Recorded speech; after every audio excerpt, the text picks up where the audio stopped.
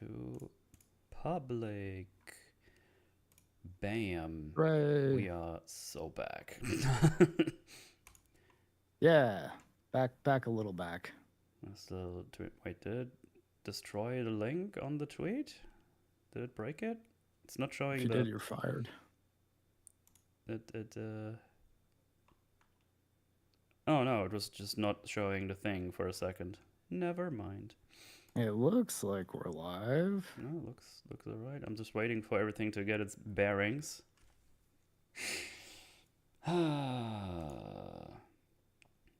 So my YouTube dashboard is currently not doing anything. I see people pop up in chat, so something is working.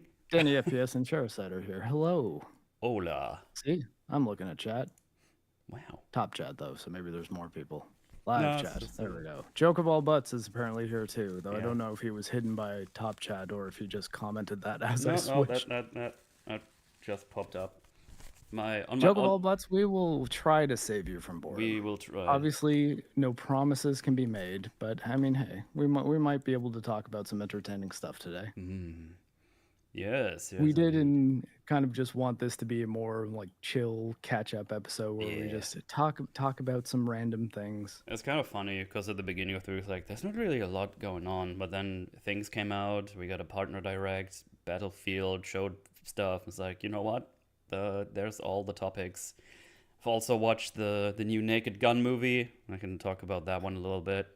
Yeah, I did not, so that'll be all you. I mean, I didn't play one of the games you told me to play, so we go back and forth. I mean, to be fair though, that wasn't your fault. So yeah, the demo for Ninja Gaiden Ragebound apparently has been taken down. Yeah. I think that is stupid of them to do because the game's really good and the demo is what got me to want to buy it. And the only thing that was making me worried is that they didn't have a Steam page with like a price and pre-order availability until like it launched. No, like there was no pre-order. You could only buy it when it launched. So I was like, are they going to make this like $50? And it wasn't. It's 30 Canadian, which is probably 25 for Americans. And I think that's reasonable for what this game was. And we will talk about it at some point because Metal didn't get to play any of it, but I played all of it, and I love it. I think it's a great game. You went all the way through with it. That's crazy. But yeah, we just have a couple of things we can touch upon. Things are happening at all times. So I guess I can give my current One Piece update. I don't know why. I can just do that on these. It's just easy for talk about when people come in. I went through the post-Alabasta arc now, which I mostly skipped, except for the character-focused ones. Those were kind of alright.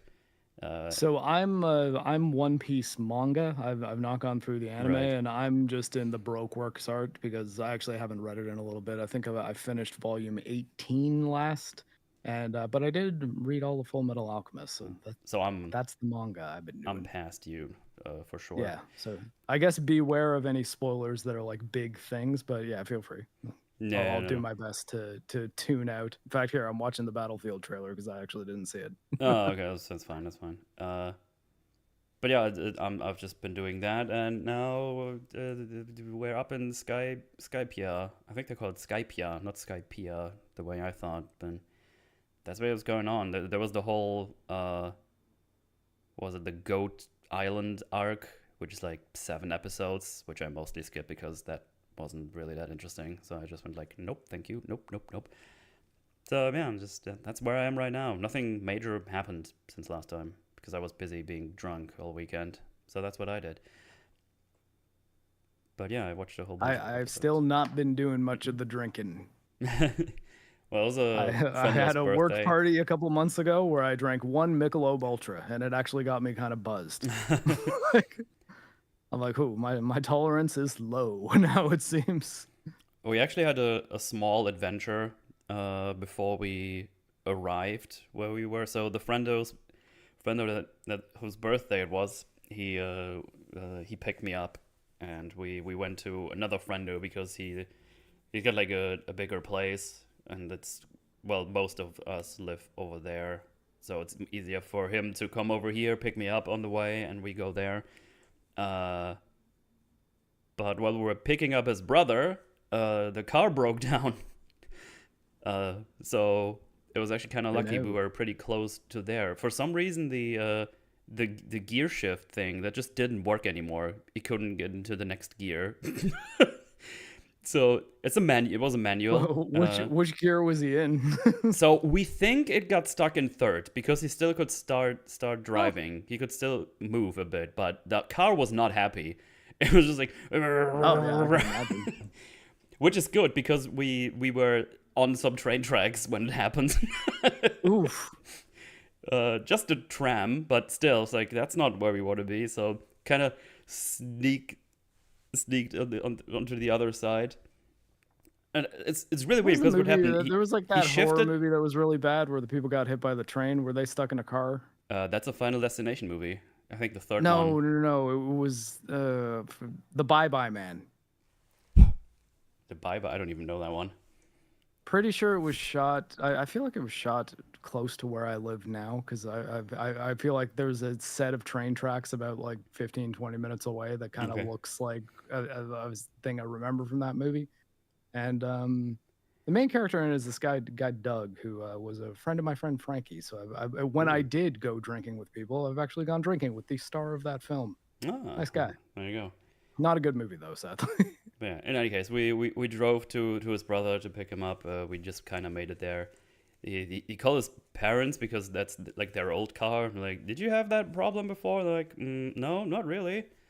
And then we call like it's called ADAC here, which is basically like people who tow your vehicle or repair it if it's just a small thing. So we had to wait there for like 1.5 hours for them to arrive, and they towed the car to the nearest shop. It's like German AAA. I guess so. Yeah. It's called CAA here. So okay. Canadian Automobile Association. Good thing to have if you ever run out of gas, your battery dies, anything like that. It's not a VW. It's a Fiat 500. It's like a really small car. And it's actually really lucky we went to pick up his brother this time around, because normally we drive to the friendo immediately. So we could just switch cars. Otherwise, we would have been stuck somewhere on the highway or something. So that would have been really annoying. But that was very exciting and annoying, because at the time we arrived, we would have been like 4 or 5 drinks deep already. Oh no. So yeah. But we made sure we had enough to drink. We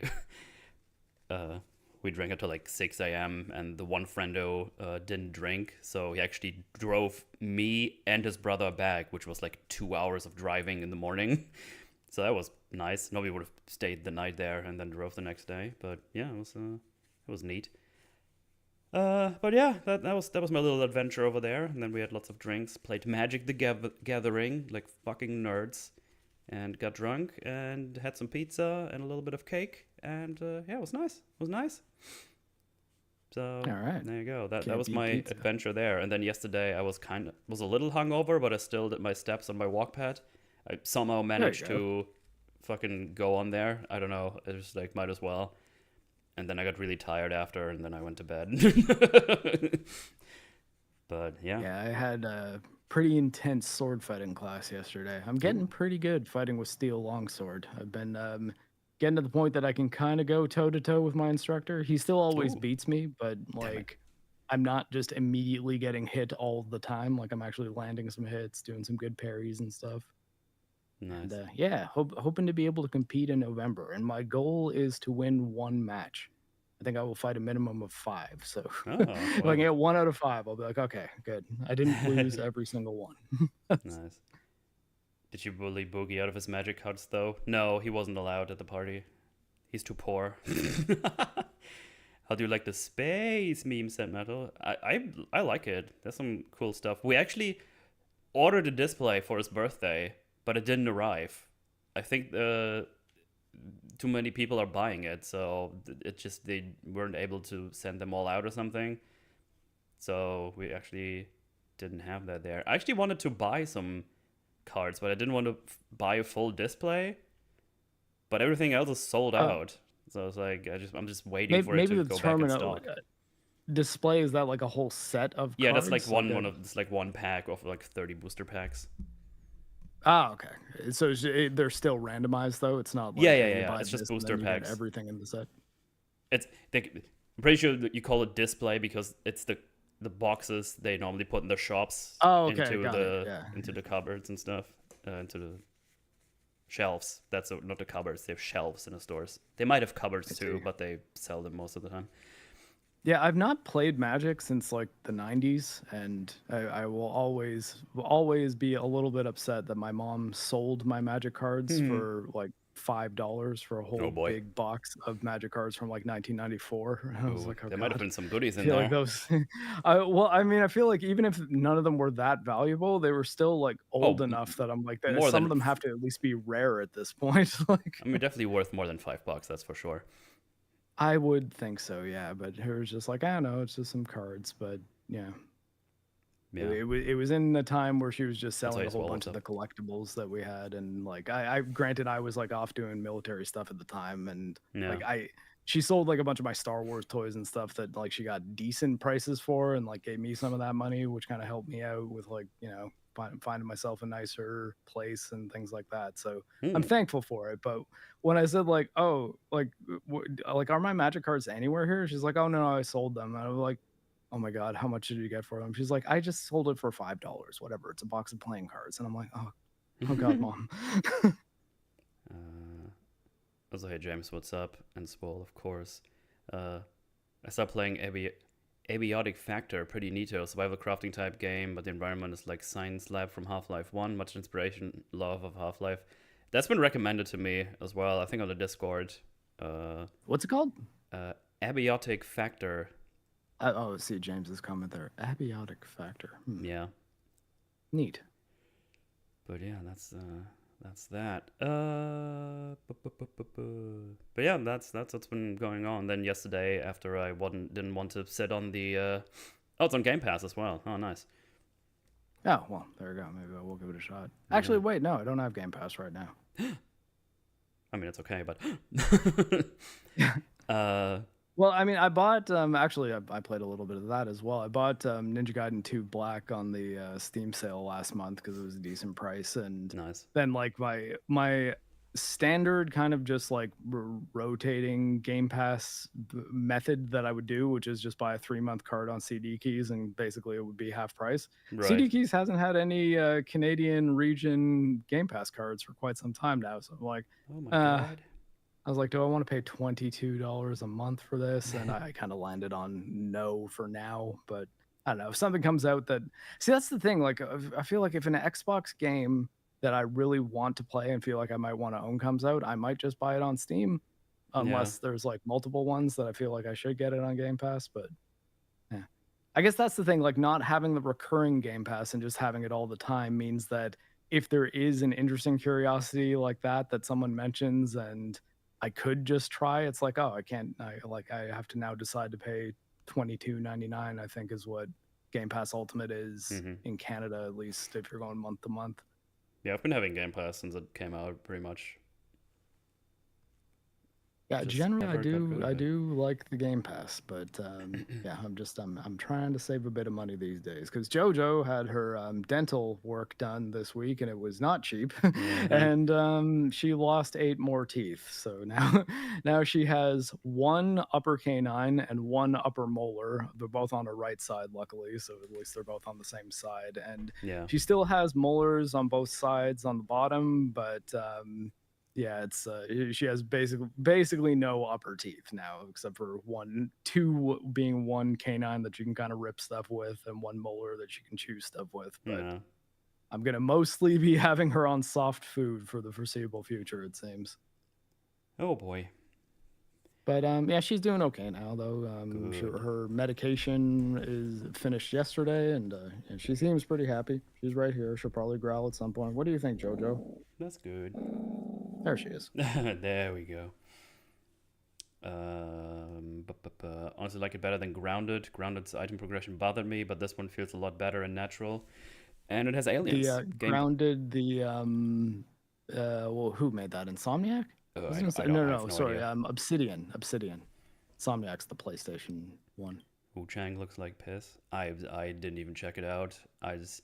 When I when I see a Souls-like at the moment, I'm just rolling my eyes. I can't do Now, it. I really cannot do it. on that point, though, have you seen the new gameplay reveal for Silent Hill F?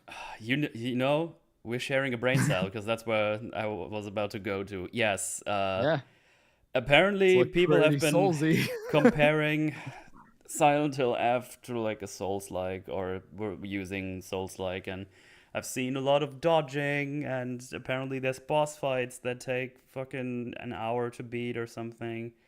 Who knows what this means truly in the end? Because the term Souls-like is just gets thrown around like it means nothing. Uh, I don't know if it ends up being like that. I don't even fucking know. I mean, I'll be playing it because we're gonna cover it, and I don't know. I read that and was like, fuck me. It's just I don't know. Yeah. Because you're playing like a schoolgirl, teenager lady, right? And then we're about Yeah. to go and kill demons with a pipe or something. I Yeah. don't know. I still don't really understand So what we're it going seems for. like there's a couple different weapons in it, but they have durability, though they can be repaired. So unlike the weapon durability in Origins, Downpour, and Silent Hill 4, where when the weapons break, they're just gone. These ones, apparently, it's like you have durability for each specific weapon. So, and like her having a pipe, and I think like one of them might have been like your standard kind of Silent Hill like plank of wood thing, but one of them's like a nagatana. So it's like, okay, well, one's like a real ass weapon. Now, granted, I guess Heather does have a katana at one point in Silent Hill 3. So Yeah. like real sort of proper melee combat weapons aren't totally foreign to Silent Hill, but I I don't know about the Souls-like combat. Now, I doubt it's going to be Souls-like in structure. Like, I don't think we're going to have like respawning enemies and bonfires and things like that.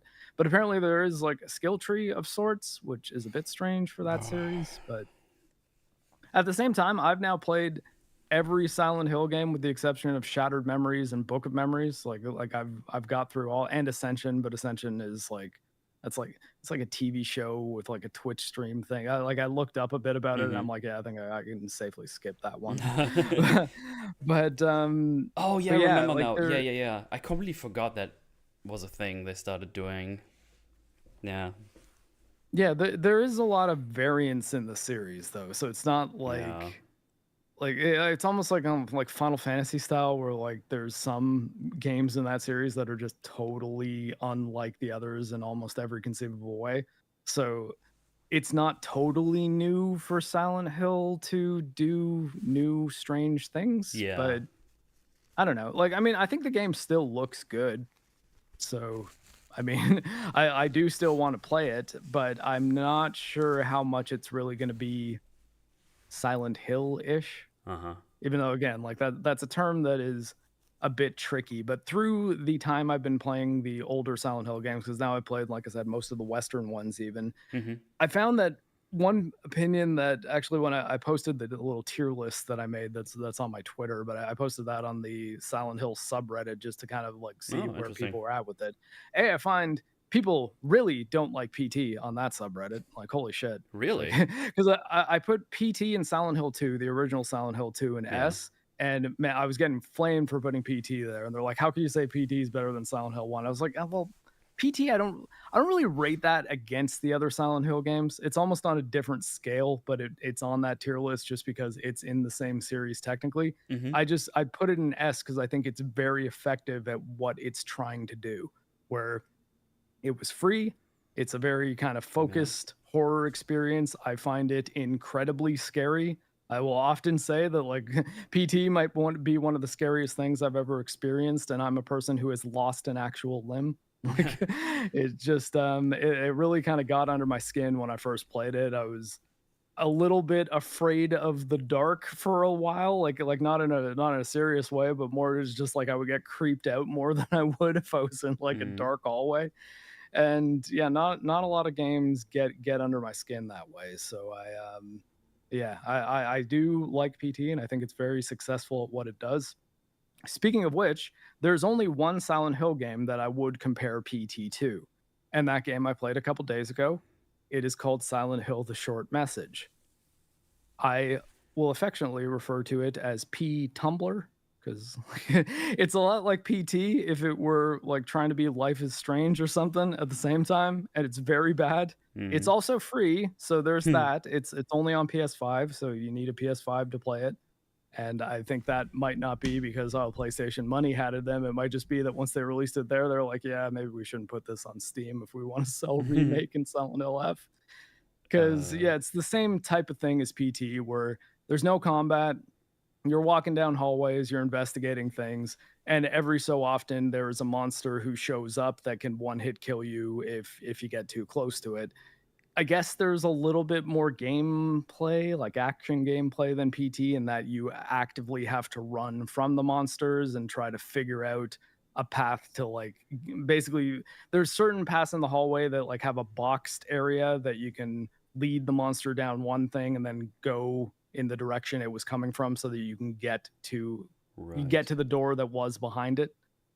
But it's really not good, and it doesn't have the benefit of PT. Not like Norman Reedus is technically the main character in PT, like the guy from Death Stranding and Daryl from Walking Dead, but you Right, only yeah. see him if you beat it, and it's still like there's like a face reveal essentially, but he doesn't talk. So it's you who's in PT, and it's your thoughts and your fears and what you're thinking. Whereas in Silent Hill's Short Message, the girl who you play as is constantly telling you how she feels, like at all Yay, my times. favorite. Not only that, it deals with self-deletion, and you should call the hotline, like the self-deletion hotline, because I don't know, YouTube's weird about saying the actual word. That disclaimer pops up multiple times in the middle of the game, like not just at the Okay. beginning and at the end. And I just found that a little bit weird. I was like, do you think people are gonna like be playing halfway through this and be like, oh yeah, I really should call that hotline? Like, I don't know. It's it was a strange one, Do you think someone thought this and was a game I mechanic and was not like the actual hotline? They're like, oh wait, I should need to call them right now? yeah, Okay, hang on. that's part of it. Yeah, I got it's like the Kojima style thing where like part of one of the methods to beat the final puzzle in Silent Hill. Oh, sorry, not Silent Hill. Silent Hill PT is there's like a recording of Kojima that's on this like link you can get to where it's him saying, "Did you like it?" And if you play that into the microphone, like it actually will solve the puzzle for you. So I don't think they were doing anything like that with the self deletion hotline, but yeah, Yeah. I did not like the short message, and it's probably the short message is the one I put in the like bottom tier, and PT is that same concept but executed actually perfectly. And Uh-huh. for Danny FPS, PT stands for playable trailer or playable teaser because it was originally supposed to be I guess, a proof of concept, although that even is kind of debatable because a lot of things have come out that said PT wasn't, oh, sorry, Silent Hills, which is the thing PT was a PT for, was apparently not really going to play anything like PT and probably would have had like third person gameplay because of Hmm. Norman Reedus needing to be in it and stuff. Yeah. But that game got canceled, so we're never actually going to know. It's yeah, so I just think that PT as it exists is just a very, very effective, free, maybe hour-long horror experience, and, yeah, that's why I put it in S tier because 'cause I'm like, "This Yeah. did what it was trying to do better than I possibly could have imagined it would," Yeah. and, By the way, I if, I think don't know that if you've seen it on the Discord, but Professor Mallard he recommended a channel on there. I don't know if you saw that Design Frame, and yeah, yeah, they I checked the guy out, though, or sorry, I followed him and then subscribed to his channel, but I haven't okay, really dug into him. because Have you seen any of his stuff? I watched a big chunk of the video Prof posted there about that FNAF game Ruin or something and how fucking awful and dumb it is. And Five the Nights at Freddy's? yeah, Five Nights at Freddy's, Yeah, and just it's making sure I heard that right. yeah, yeah, yeah. And PT is used in that video as a good example to build horror and stuff quite a bunch of times. So yeah, Design Frame is the channel. I've watched a good chunk of that video. It was pretty darn good. I'm probably gonna go check out more. Yeah, It's well, long I long shall man check it out. content. It's like 2.5 hour long video. Right on. Yeah, pretty good stuff from what I've seen so far. So would recommend checking that out. Yes. And yeah, because PT has been brought up on that video a bunch of times, so it would be in fact, useful. here I'll because PT is a tough one to be able to play. I will I mean, you pretty much have to emulate it, or for some reason still have a PlayStation that has it on there. Yeah, like, and my PlayStation does have it, but this link here is probably if you guys want to play PT. Sorry, this will get you there. I forget. We're all used to like 17-hour long videos. Yeah, well, I mean, I actually still do not know what game Muller's new video is going to be about, but I hear that it's like pushing the 12-hour mark. It's gonna be long. Yeah. It'll be long. See, I imagine Metal probably does know, but I've not asked. Of course. Of course. And I will tell you nothing, Chad. You're not getting anything. Obviously, it's Doki Doki Literature Club. Damn it, Sharasite nailed it. Or it's, what was the one that got removed? No Mercy? Dev actually made a video on that. Yeah. Metal knows for sure, but he won't share it because he's a good friend. Yeah, exactly. Hey, and I mean, I won't ask because I'm a good colleague. Hollow Knight. Hollow Knight. I just had to immediately think of the other game, the game that's supposed to come out anytime now. Silksong? Sorry? Silksong? Silksong, yeah. That was not at the Nintendo Switch Direct. Which is so funny because all the outlets on Twitter put like Silksong in their pictures below their tweets, like they're about to show up there, and there was not even a slight mention of Silksong. I saw an indie developer on Twitter like posted a thing that said, "Hey, if you comment on this post and Silksong is shown at that Direct, I will give you a code for my game." Yeah, and I think it had like over 1 million likes or something. It's not coming out and never will. Marketing. I don't even know. There's apparently going to be a new playable demo at some con soon or whatever. I don't know. It's such a weird one again. I think it's mostly bizarre because it's like, wasn't it originally supposed to be just DLC for Hollow Knight? I think so, yeah.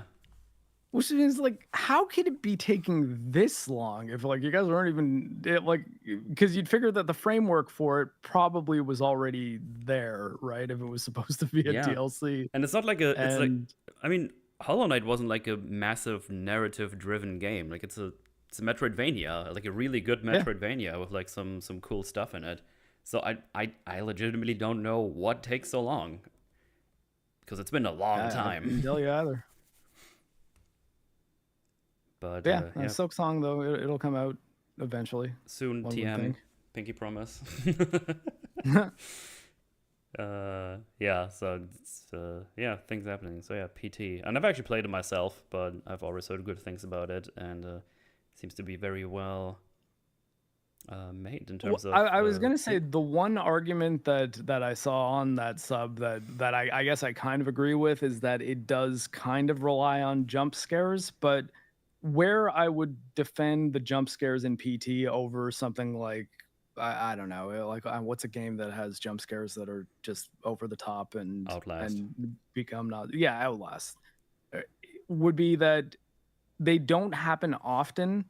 They can be avoided because there's one portion in PT where the radio, like there's a little radio in the hallway that you repeatedly walk through and it starts talking to you and it says, whatever you do, don't look behind you, or it says, look behind. Yeah. So if you turn around, you get the jump scare that like nearly gave me a heart attack where Lisa kind of pops out at you.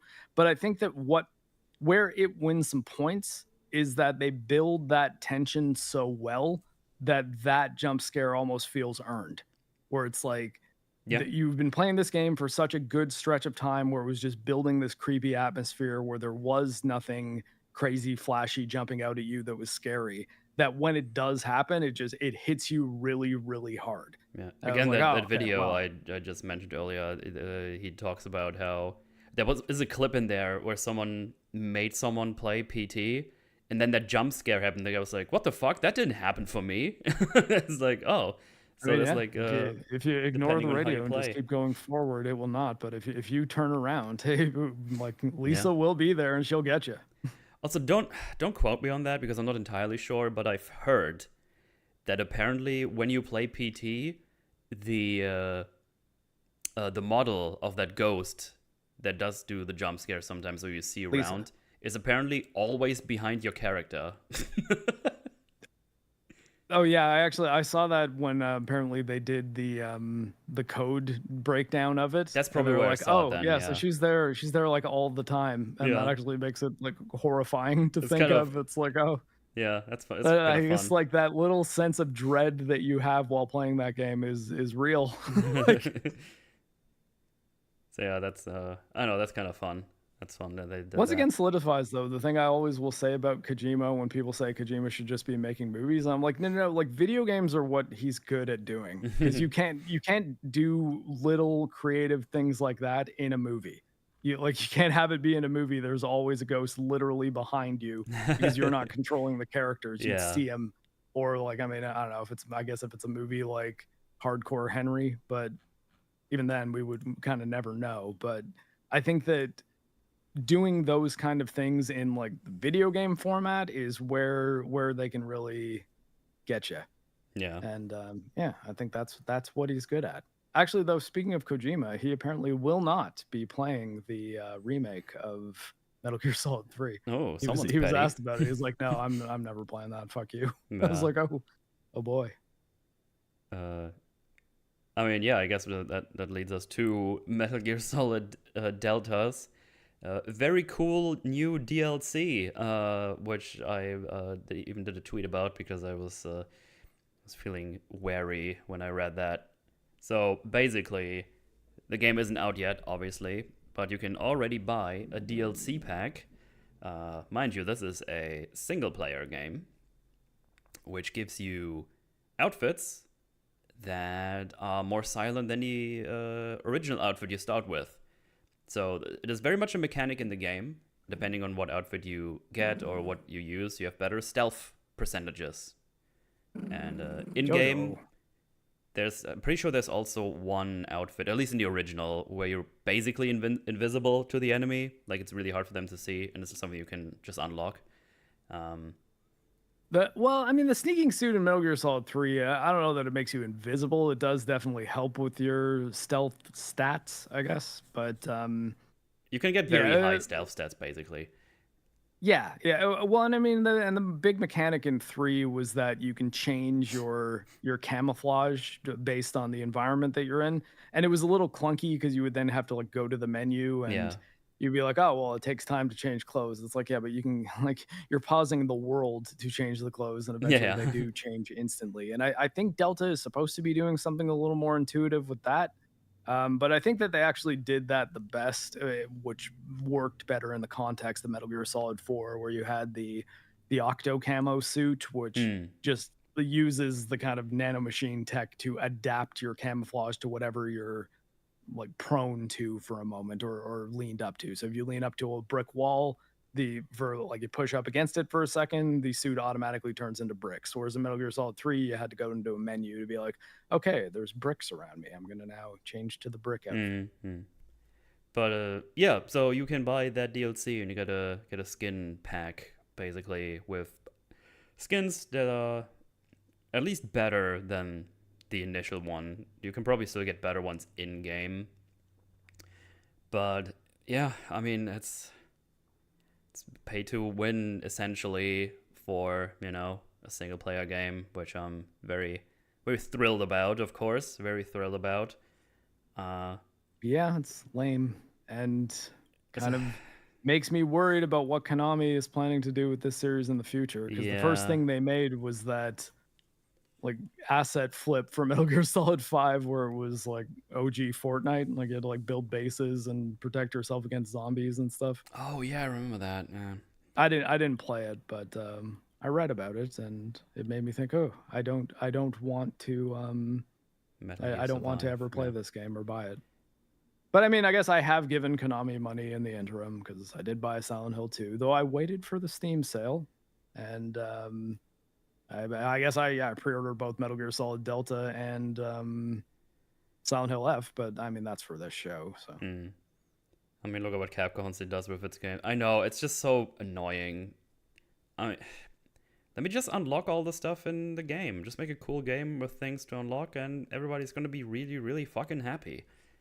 That's You don't need, but it's like, well, we could make more dollary dues if we sell that. It's like, okay, yeah, if you say so. Yeah, it's just stupid. Like, it's like, why? Especially like when you're dealing with the series like Metal Gear, which has not really had anything going on with it for a while. Maybe it would be a good idea to, like get people in, like not do scummy things with them right away. Because I mean, I'm assuming at some point they're probably going to just continue the series. Like, especially if Delta sells well, they might do. Maybe they'll do remakes of 1 and 2 at some point, but I don't know, man. Like, if they end up making a Metal Gear Solid 6, I worry about what the business practices for that game might be. Oh yeah,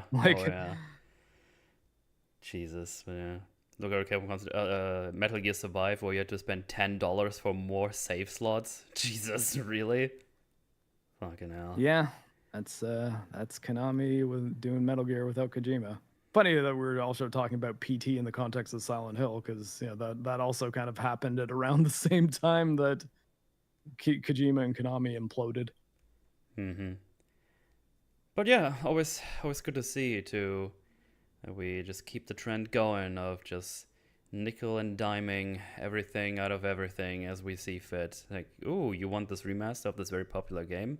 Fine, but also skins for I don't know what the DLC costs, like $10-15 or whatever. And because it's a very popular franchise, I can guarantee you a lot of people are just gonna buy it because they don't think about it. And it's like, ooh, more skins for my favorite game ever. Click. Like, good. Thanks. You're ruining it for everybody. Good job.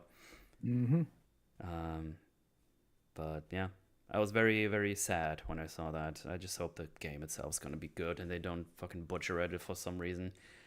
I just hope it runs well. And that too. Yeah. I mean, Silent Hill 2, I could get running reasonably well eventually when I fiddled with it enough and modded it with a like community performance fix, which, if I have to do that at all, it's not a great sign.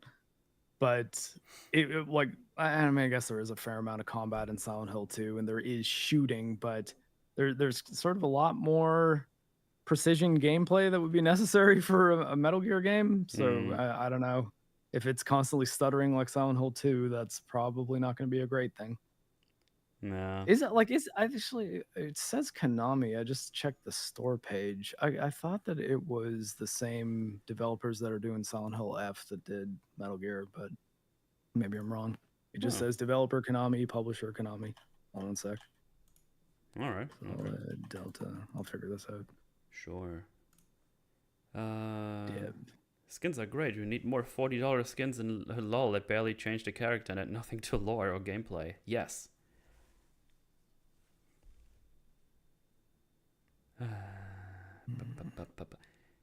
But yeah, that's always very, very fun. That's a GTA 5 online problem as well. Too much real money spent. Oh, they make so much money on GTA Online 5 still. Fucking nuts, dude. Oh well. Good times. Well, yeah, and I mean, honestly, the amount of money that Take-Two and Rockstar still make on GTA 5, it kind of blows my mind that they're not just launching the PC version at the same time. Like, when you consider how many people deal with Grand Theft Auto's online stuff, and unless they are just doing the kind of meme thing about like the console version actually being the beta test. Well, you know what did surprise me? What did? Battlefield 6. Yeah, actually, I watched that multiplayer trailer, and it looks pretty good. Yes, it looked. See, the thing is, when I first saw it, I was like, okay, I guess it doesn't look awful. It doesn't look cringe or anything. But the more I've been seeing, I'm getting cautiously optimistic about this one. Still, no pre-orders. Do not fucking pre-order any Battlefield game. The launches of those last couple of games have been horrifically awful. So no, stop. But it looks. I like how normal it looks. It looks so normal. It's good stuff. And yeah, someone in chat just pointed out there's going to be open beta next week. And I checked, it's an actual open beta, not a by the pre-order open beta. It's just an open beta. So I will be checking that out for sure, because I'm very curious how it runs. All things for first and foremost, that's what I was about to say. I don't know where my brain was going with this. Normally, I would say like Battlefield games tend to run pretty well, and then Battlefield 2042 came out, and it, like, at least what I played of it, which granted wasn't a whole ton because what I was playing was having trouble even getting to 60 FPS. Never mind holding like 60 above 60, which is probably what I normally want to be playing for a competitive FPS. But and that one had no single player either, so it was only competitive. Yeah, but yeah, I've been pretty happy with what I've been seeing so far. I like how normal it looks. You're just playing Soldier Man and not mega operative Glubshito on your team with gadgets and shit. You got your stuff. And I've been talking to Rags before the stream a little bit, and because he's big on Battlefield as well. He played it a lot, and apparently, DICE has been taking a lot of feedback from all the content creators they've sent over to play the game, and they've been apparently listening to it. So they might be cooking something up here, and I'm getting interested. I'm getting interested to see what's up.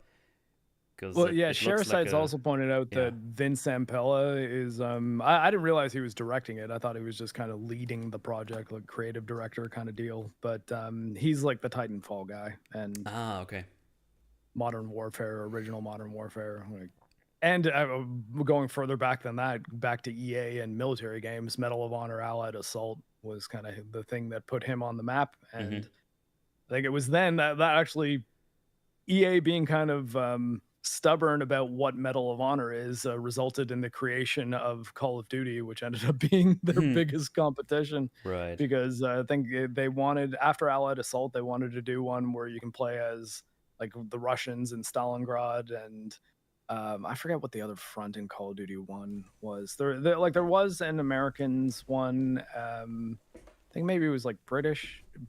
See, British in North Africa, that was Call of Duty 2. But anyways, I think that like the people running Medal of Honor didn't want them to make one that was not about American soldiers, because I mean, I guess with the title being Medal of Honor, the Congressional Medal of Honor is an American medal, so I suppose that makes a little bit of sense. But they're like, okay, fine, we're just going to go to Activision and call it Call of Duty, whatever, same thing, but different brand. And yeah, and that resulted in EA kind of losing military first-person shooters as the thing they were the top of. Yeah. But hey, he's back now, and sadly not making Titanfall, but he's helping with their Battlefield. Yeah, can have to see how it pans out. But from all the footage that I've been seeing, I don't know what. Maybe this might be an enjoyable one. And when that beta comes out, I wonder if you're probably allowed to, if it's an open beta, you're probably allowed to stream it. I might just stream it and just check it out on stream. Because why not? Yeah, I'll play a beta of the new Battlefield. Why not? Yeah. So yeah, that could be fun stuff. So yeah, again, cautiously optimistic. Not pre-ordering shit though. Because all the pre-orders give you is like some skins and stuff, and so I don't really care for that anyway, and I don't really need to have early access or whatever they do in that DLC. Yeah, not for that one thingy. So yeah, it's might be good. We'll see, but again, looking kind of promising. And hey, Limp Bizkit used in the trailer too. It seems like Limp Bizkit's getting a decent amount of licensing money. they recently did something for WWE as well. I think I don't know. I don't know where that latest Limp Bizkit craze comes from, but yeah, like, it's good stuff. I grew up with listening to Limp Bizkit, so there you go. It makes me happy. Children are discovering Limp Bizkit. Because Limp Bizkit is a meme on TikTok. Okay. I'm not on TikTok. I'm not familiar with the TikTok meme game. But yes. Yeah, that's Limp Bizkit is a meme on TikTok? Apparently. Or like is that biscuit spelled, I guess, correctly but incorrectly for the title of the band? Is that the meme? That is a physical biscuit, like one that you would eat, not a Bizkit. I don't pre-order games. I don't know. Magic like cards. Yes. If anyone knows, that was a question. I don't do the TikTok. I'm a man of 41. Was Firearm of Nudity already discussed? Oh, I guess that's the Naked Gun. No. I guess I'll just be talking about it briefly when we get there, whenever that will be. Not doing like a full review. I just kind of watched it, I guess, and then that's yeah. Like, I don't have any notes or something. This is we're just yapping around, yapping and flapping. Yeah, I grew up surrounded by Limp Bizkit. Ew. I can't contain all these Limp Bizkits. I was in high school in 1999 into the 2000s, so yeah, there was a lot of Limp Bizkit around my high school. Even my friend Ryan would, like, actually kind of independent of Fred Durst, but he would always be wearing like a backwards red hat, like pretty much everywhere he went. So when Limp Bizkit came out, he's like, "This band speaks to me. This is my band. I love it." Good stuff. Right, what else do we have going on? I mean, still enough. Oh, I guess just an update from the Fantastic Four. It did a whopping 11.7 million domestically on its second Friday, which is an 80% drop from its debut. So yeah, I guess we can call that one. We can put that on the flop pile of the MCU. I'm afraid. Which, yeah, so I guess is Superman doing better than Fantastic Four? I suppose? Yeah.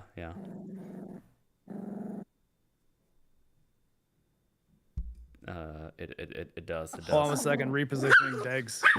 Oh god.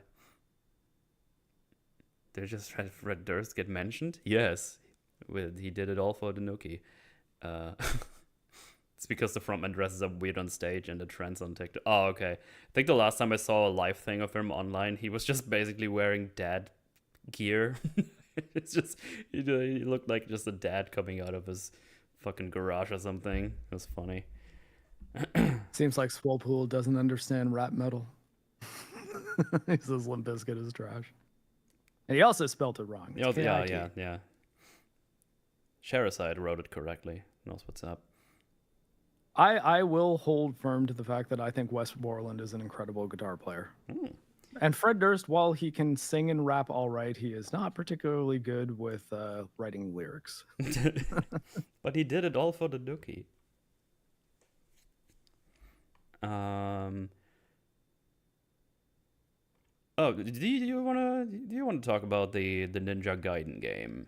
Why not? Yeah. Ninja Gaiden Ragebound came out a few days ago, and I've been playing it pretty much since it came out, and I finished it this morning. It is a very good one. I would recommend it. It's made by the people who made Blasphemous, the Game Kitchen. Ooh, it nice. Features Ryu Hayabusa at a couple points in the story, but he's not the main character. The main character is another Hayabusa ninja named Kenji, and early on in the game, there's another level where you play as a girl named Komori, who's a Black Spider Ninja Clan person, and a thing happens that makes it so that her soul kind of bonds to Kenji's body. So for most of the game, you're essentially playing as both of them, and there's some interesting systems where she is the shuriken attacks. The shuriken attacks are kind of mediated by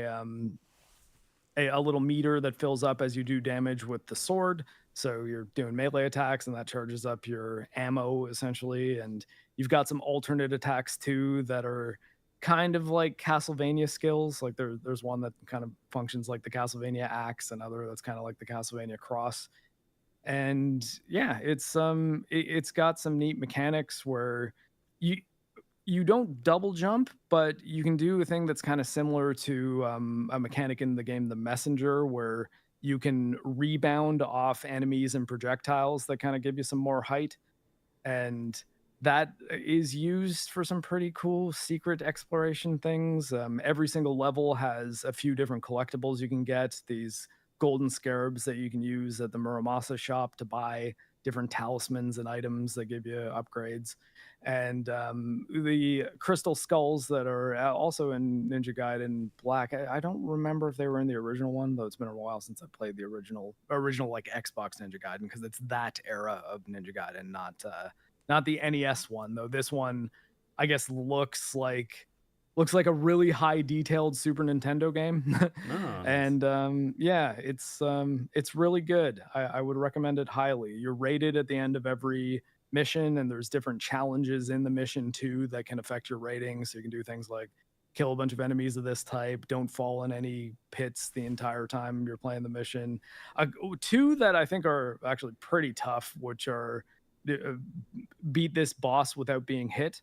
Which I was like, that boss too that they're talking about too. I'm like, man, it would take me a while to figure out how to get that as like a no hit run. But some of them are like beat this boss in 1 minute or kill the boss with a specific type of attack. So there's all sorts of reasons to go back and replay a mission and try to get a better rating. And I did do that several times. So I think 8.4 hours is my playtime. And a lot of the reasons it's not significantly shorter is because I would get like a B rank on a mission and would kind of get that bug to be like, I feel like I could get through that with an A if I just find that last collectible or Yeah. shorten my time a little bit. And yeah, it's not super expensive, so I would 100% recommend playing Ninja Gaiden Ragebound. I think it's very, very good. And yes, Hayabusa was a verbal mishap. Hayabusa. So that one is not like a Metroidvania. It's just a straight up level, like the original ones. So you go from start to sorry, finish. no, it's not a Metroidvania at all. It's stage based. All right. So and each stage is a couple minutes long. Sometimes your stage time will be in like the 15-minute range, but that's generally if you're like dying to a boss or something like that. But I think if you're getting like a good time on every level, each one will be like 5 minutes. And cool. There's 4 acts, and I think there's kind of a varying amount of missions you need. Like Act 1, I think is like 2 missions. Act 2 is like 3. Act 3, I think, is 5, and 4 is 6. So I don't know. I can't do the math in my head of exactly how many missions that are total. But you can also unlock some secret missions, and they're quite difficult, or at least like some of them get pretty difficult. And yeah, so that's like an incentive to kind of go through the other the missions that you played again to find the item that gives you the secret mission, and then you've unlocked a new one to go play through. It's good stuff. There's a lot there. Nice. And two separate endings that are mediated by a pretty simple choice after you beat the last boss, so you don't have to play through the entire game and do things totally differently. It's just like, fire up the last mission again and replay the boss and make the other choice. And yeah, I would recommend for sure. I think it's probably one of, if not the most fun game I've played this year, and nice. yeah. I do recommend a purchase of it. I think it is worth the money. Sweet. Yeah, sounds pretty fun. Well, I meant to play the demo of that, but that was not there anymore, unfortunately, which is a shame because it sounded pretty cool. But he also gave me another one, which is Shinobi Art of Vengeance. And I guess the gameplay is kind of the same, but this one is a Metroidvania, right? So they give you... this one still has a demo. You can check it out. The game comes out like end of August, I think, like 29th or something. Yeah. So about a month after Ragebound. And it's got all the classic Metroidvania shenaniganders. You get your double jumps, you get your dashes, you get your hook shots at some point, I'm sure. I played it like half an hour, and the combat feels very nice and smooth, punchy. You can like dodge stuff, and it's like color coded stuff, right? So you get like a purple attack, you can't dodge or block it, so you have to dodge it. Then you can get all the enemies lower to a certain degree, and then you can start like an assassination attack, and then you kill everyone that's marked on the screen if you do it right. So that's cool. Then get some abilities that also use up a bar, which goes up when you attack stuff or get hit. And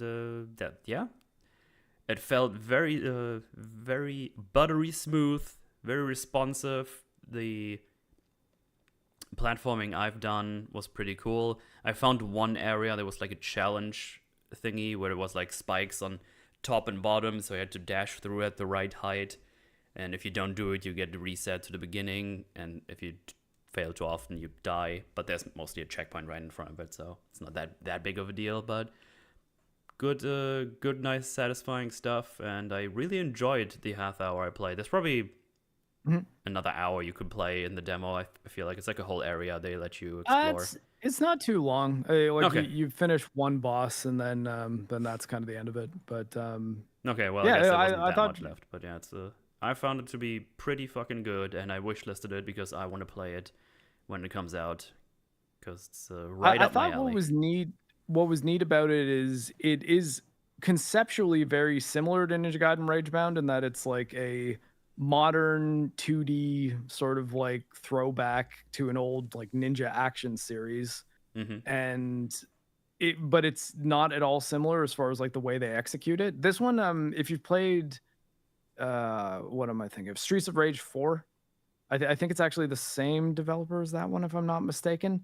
And it has a similar art style to that, where it's not pixel based. It's very clearly like 3D polygon visuals, but they're very, very smooth and well animated. And it's a different visual style, and almost kind of more of a Metroidvania style than Ragebound. That is like it seems like Shinobi does have areas that you can go to and go back into, but you have to kind of unlock things in a way that you might in a Metroidvania, like find specific stuff to get through an area. You have a map, like whereas there's no map in Ninja Gaiden Ragebound because you're pretty much always going forward.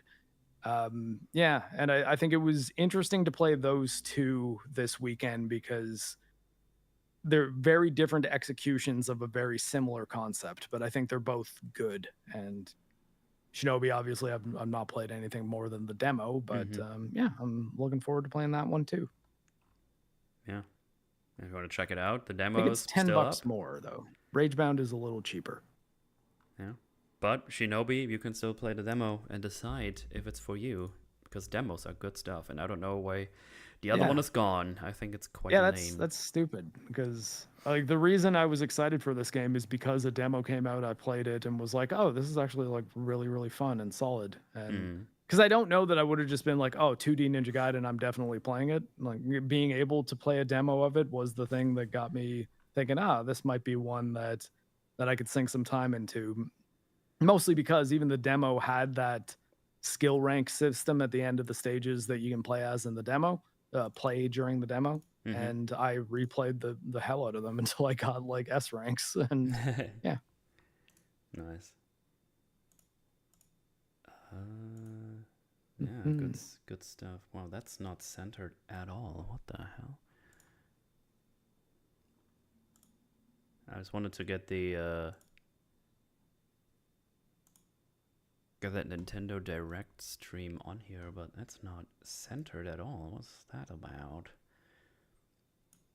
I thought that figure out the centering. I just have to wait. No, it's in the call area. Oh, it's all going to shit. It's over. There you go. I don't know. I feel like I've done the same thing last time and it was fine, so I don't know what the problem is with that one, but there you go. Was it default view? No. You know what? That's good enough. May as well quit as a streamer now. Yeah, it's technology wins again. But yeah, we had a partner direct, which personally there wasn't that much on there that I really gave a shit about. Pretty much nothing on my end. Yeah, they started up with Maybe like Octopath Traveler, I guess. They started up with the Monster Hunter stories, which is the third one apparently. Personally, I never heard anyone talk about these games ever, so I haven't. But I guess they're popular enough that they keep making more of those. So I've heard people refer to it as Monster Hunter Pokemon, which is interesting considering Nintendo is in the middle of a lawsuit with the developers of Pal World. Right. But I guess it's okay when Capcom does it. But yeah, the story-driven stuff in the Monster Hunter world. So if that's up your alley, that's coming out at some point for the Switch too. I don't really know anything about it, and it was more a cinematic trailer. I didn't see any gameplay, so I'm not even entirely sure how that gameplay is, playing out. Well, I guess, there's 2 other Monster Hunter Stories games. I guess so you can... presumably, it would be like those. Hold on one second, I'll look up a Steam trailer, because I think they're on Steam also. So apparently Monster Hunter Stories 2 was great. You collect their eggs from dungeons, smell the balls for how good the filling is, steal them, breed them. Oh, okay. So yeah, interesting, because the whole we won't allow people to make games in which you like capture and train monsters and ride around on them, because that's too much like Pokemon, and yet Capcom seems to have done just that, and yeah, Nintendo was like showcasing it on one of their direct streams. Interesting. Oh, it seems like the combat's like JRPG style, okay. at least in the first game. Which, yeah, that might have been a good thing to showcase for people who might not be tapped into the Monster Hunter Stories games, because if they're expecting Monster Hunter combat, it looks like that is not this. Yeah. Well. Let's see, Stories 2, hold on. Stories and Stories 2 appear to both be on Steam, so presumably 3 will be as well. Well, there you go. I'm just kind of like tapping my way through the trailers. So yeah. I'm getting a great sense of it, but apparently we get a new Katamari Damacy. I actually don't know how to pronounce it, but it's the ball rolling game. Yeah, Katamari's fun. I actually never played them myself. I think there's one on Game Pass. I could probably just check it out if I want to. Let's play the original PS2 one. It's fun. It's cute little game. Yeah. Interesting mechanics. So one thing I noticed, ball of shit that keeps on rolling and gathering more shit. If I'm not mistaken, this looked like it was pretty much running on only 30 FPS. But apparently it's also only on the normal Switch. So I don't know. Like they did like a thing here on the side. If it's only this logo, it's Switch 1. Oh, whoops. And it's the Switch 2 logo. It's on that one. Oh, you have both there, and you get it on both platforms. Well, Switch 2 is backwards compatible, so I guess there isn't... aside from, I think there's a few exception games, but I think for the most part, if a game is on Switch 1, that means you can play it on a Switch 2. But if it's capped at 30 FPS on Switch 2, that's insane to me. But yeah, if you like rolling stuff around and like big balls, that's a game for you. I think in one Speaking of them... Nintendo, can you patch the fucking Xenoblade games for Switch 2? No. New Just Dance game, I wasn't even aware those still exist, but apparently they keep making more and people like it. I legitimately have nothing to add to this. I think Ubisoft was still releasing Just Dance on Wii in like 2020 or something like that. Like it was like way later than you would ever expect a new Nintendo Wii game to be coming out, but I guess they still sell, and it's a casual kind of game that might sell to people who bought a Wii 15 years ago and were like, whatever, I have a Nintendo. Yeah. We got Dragon Ball Sparking Zero, the Switch release. That game is not new, so maybe you just get it on the Switch and Switch 2 now. So there you go. Be excited for that. I didn't even play that one, so I don't know if it's any good or not, but I think it's pretty popular. I think that one actually is liked by the people of the Dragon Balls. Yes.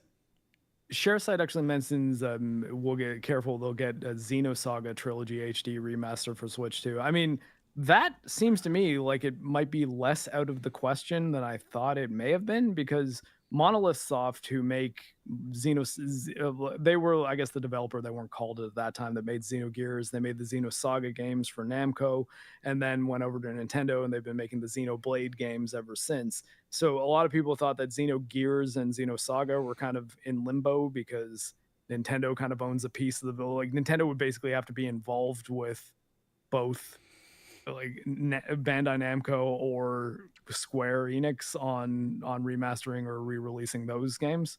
But I got a gift from Classy Vigilante, who said that this is like this game. What's it called? Batten. I'm gonna get the name of it wrong. Batten Kaito. I got a gift that apparently was a JRPG series that Rags really likes. And when I fired it up, yeah, Batten Kaitos 1 and 2 HD remaster. That name sounds familiar. When I fired it up, it was Monolith Soft who made it. So I was like, oh, so I guess their games can be released from other things, on other things, without HD Nintendo giving it a go ahead, because I feel like Nintendo isn't going out of their way to release games on Steam. But yeah, it's I thought that was a neat thing that kind of surprised me. HD like, remaster. Monolith Soft game. And it looks like Bandai Namco published this one too. So, looks like a nice classic JRPG kind of game. Yeah, I fired it up on my Steam Deck, and it was kind of late at night, so I was like, I don't know if I want to go through early game JRPG stuff, because generally it takes a very long time to like actually get into gameplay. But yeah, it seems like it's got kind of like card systems that you use during combat. It's 50% off right now. I just saw randomly. Perhaps that is why Classy Vigilante bought it for me. Yeah, 1 and 2 HD remaster, 50% off.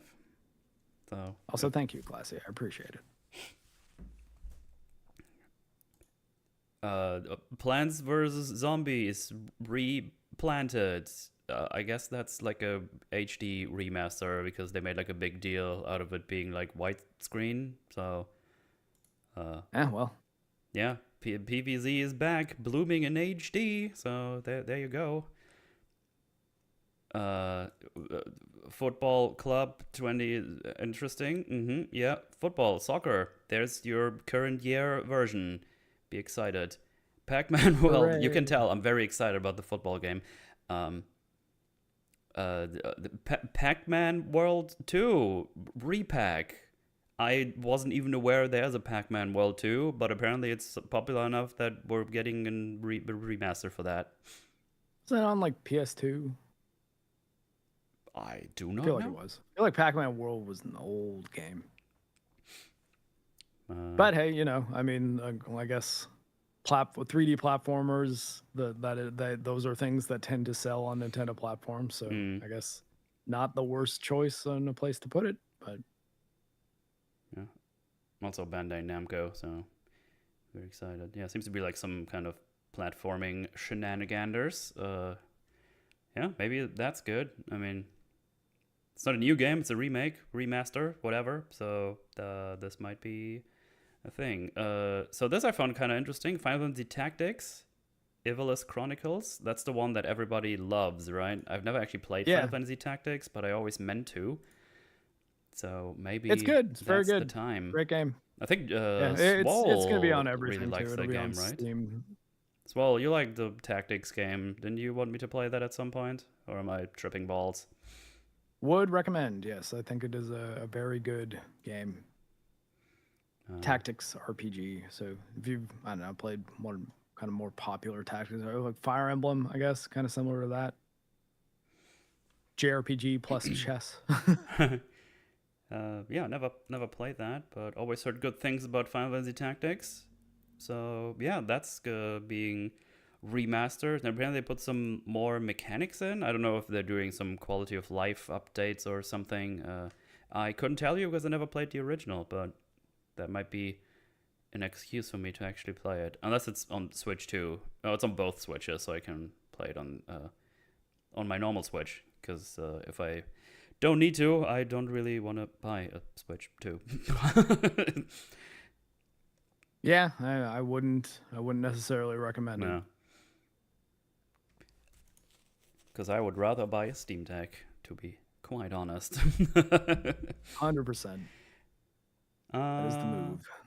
Persona 3 Reloads. I feel like a Persona game gets remade like every year, and I feel it's always the same too. But I don't. Is that exciting, chat? So, I have no idea. Well, no, that's a port. Like that's been on Steam for like 2 years now. Okay, yeah. Okay, and I played it. It's good.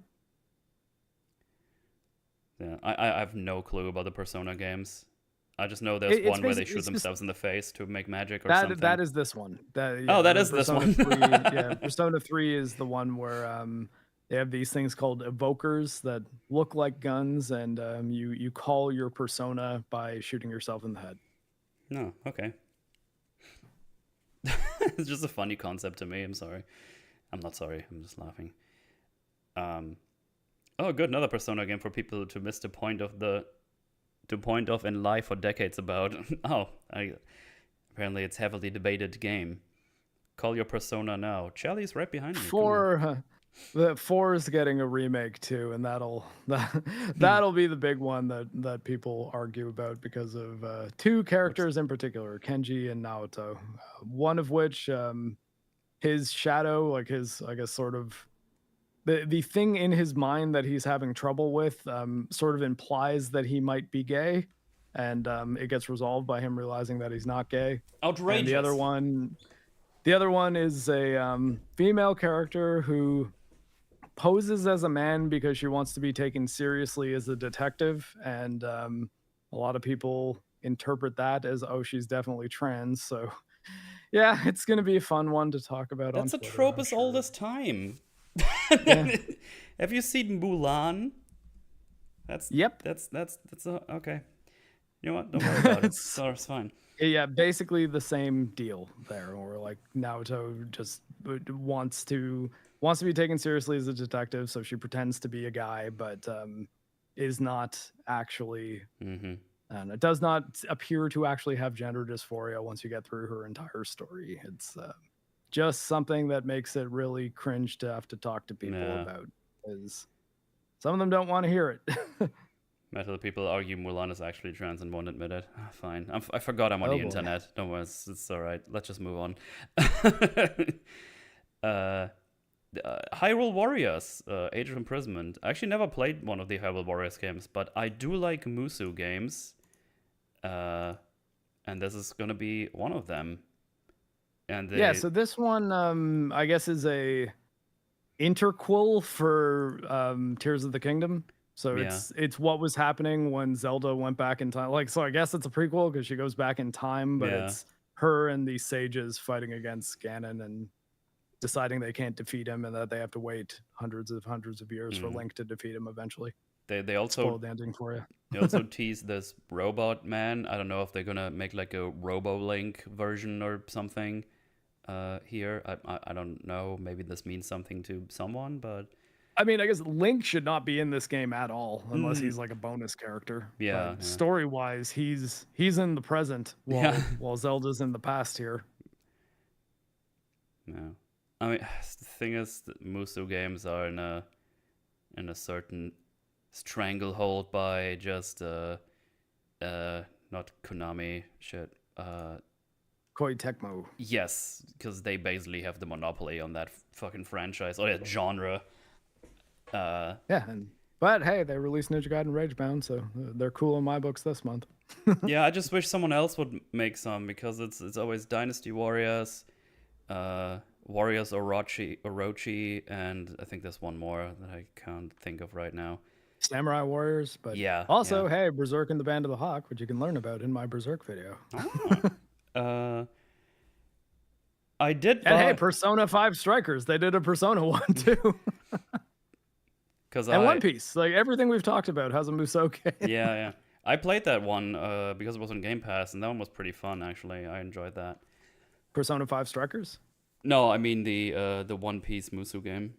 One Piece Pirate Warriors? Yeah. I think I actually have the Japanese version on PlayStation? Hang on. It was here somewhere.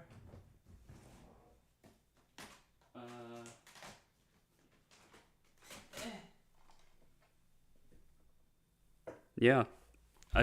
For some reason, I imported that back in the day, or a friend of mine imported it. I don't know why specifically, but they needed some of that One Piece Musu goodness. It's on PlayStation 3. I need to beat people up as Nami. Exactly. Get back in there, you piece of garbage. Okay, seriously, it's done. Actually, speaking of manga, I finished Full Metal Alchemist, and I've started Demons of the Shadow Realm, which is Arakawa's next book, and I like it so far. I'm on volume 3. Apparently, it is getting an anime sometime soon. Interesting in concept. I suppose I could tell you a bit about what it's about. Although I guess we're still in the middle of the Nintendo segment. Yeah. While we're on Musu games, though, I've been playing more of Dynasty Warriors Origins. I mean, it's not bad. It really isn't. I think it's a little lame that you only get to play as like a handful of characters. You can switch the character you have like as a companion with you, but that's also pretty limited from what I understand. Like the options you can take. They went from just a level select to like an overworld kind of dealio, which is basically the same thing just with extra steps. I got to a point where I now have to decide which of the characters is gonna be the best king for the realm.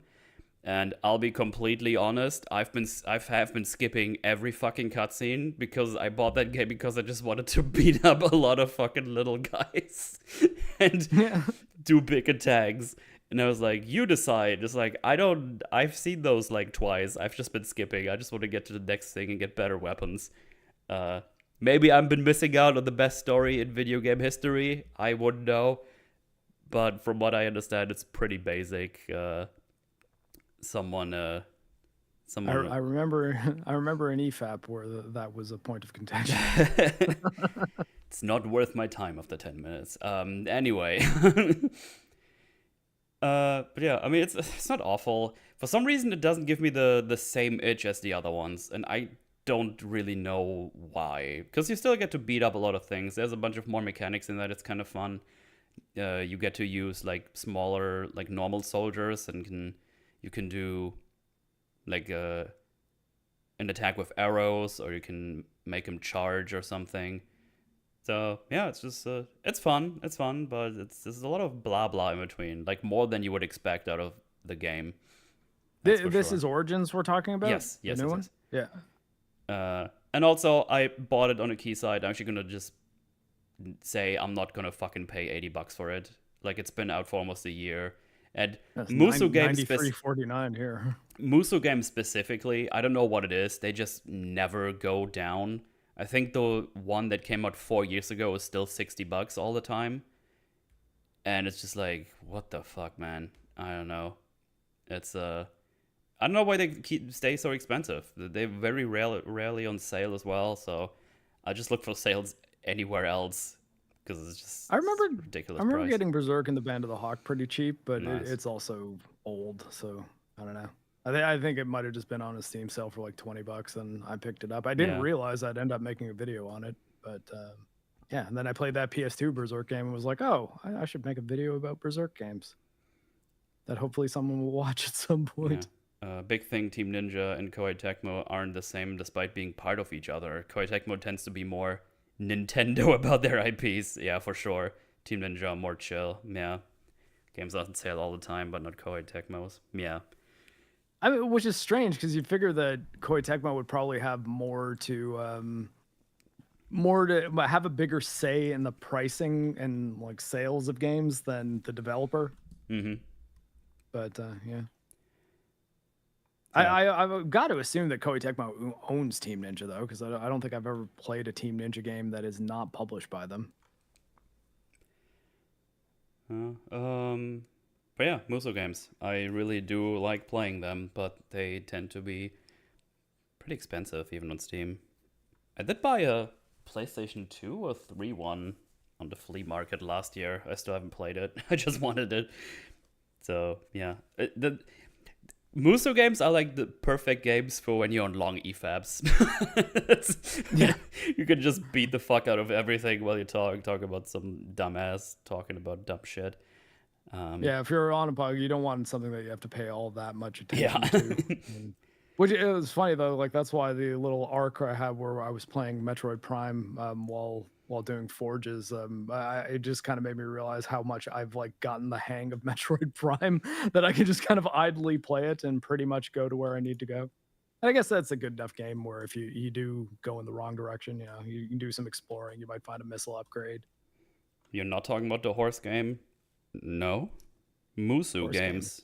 Not what is it? is someone that Hella? Uma Musume. It's like the Is it horse in their girl game? racing game that is like super big all of a sudden since it came out. I wonder why. I mean, a lot of like big streamers just picked it up and played it. So yeah, But isn't it like it's like waifu girls and they just have like horse tails and horse ears though, right? And they're running like it's like they're running. That's like not the weirdest one. There's There's an anime out there that's just the anime girls or women being battleships. That's like one where I'm like, I don't know how we got to that point, but okay. It's the future. Deal with it. But they're called like actual warships. It's like funny. They're based on real horses. Yeah, I heard all the lore about the real events. So it's really funny. I don't know. Nothing but weebery here. Anyway, apparently you might have to dox yourself. If you want to. Have to dox yourself. Guys that gamble on horses are gonna have some weird feelings next time they go to the track. They'll be like, "Ooh, that's Sagittarius." Yeah. Secretariat. I think Secretariat. That's it. That's apparently you might have to dox yourself if you want to buy GTA 6. Wait, you need to do like the age verification stuff. Apparently, maybe I have no idea. I haven't heard about anything. Who knows? Lumpy, I'll clarify. If they are going to be making a game in which the horses are waifus, yes, I do prefer that they look like humans that are just normally running and have tails to My Little Pony stuff. Still not anything I'm ever going to play or buy, though. Anyway, Hyrule Warriors, Age of Imprisonment. That's coming out. Yeah. Well, I've been playing Tears of the Kingdom. It's one of the things that I have used my Switch 2 for, and I still enjoy that game quite a bit. And it's nice to have it running at a reasonable frame rate. I hate that I had to pay $15 in order to access that frame rate, but I just wanted to have something to use that system with. I mean, that I say that wasn't backwards compatibility, even though I'm playing a game, but it is a backwards compatible game that I owned on Switch. James just said, Mark, one of the horse owners only allowed their horse in the game if it had bigger tits than its rival.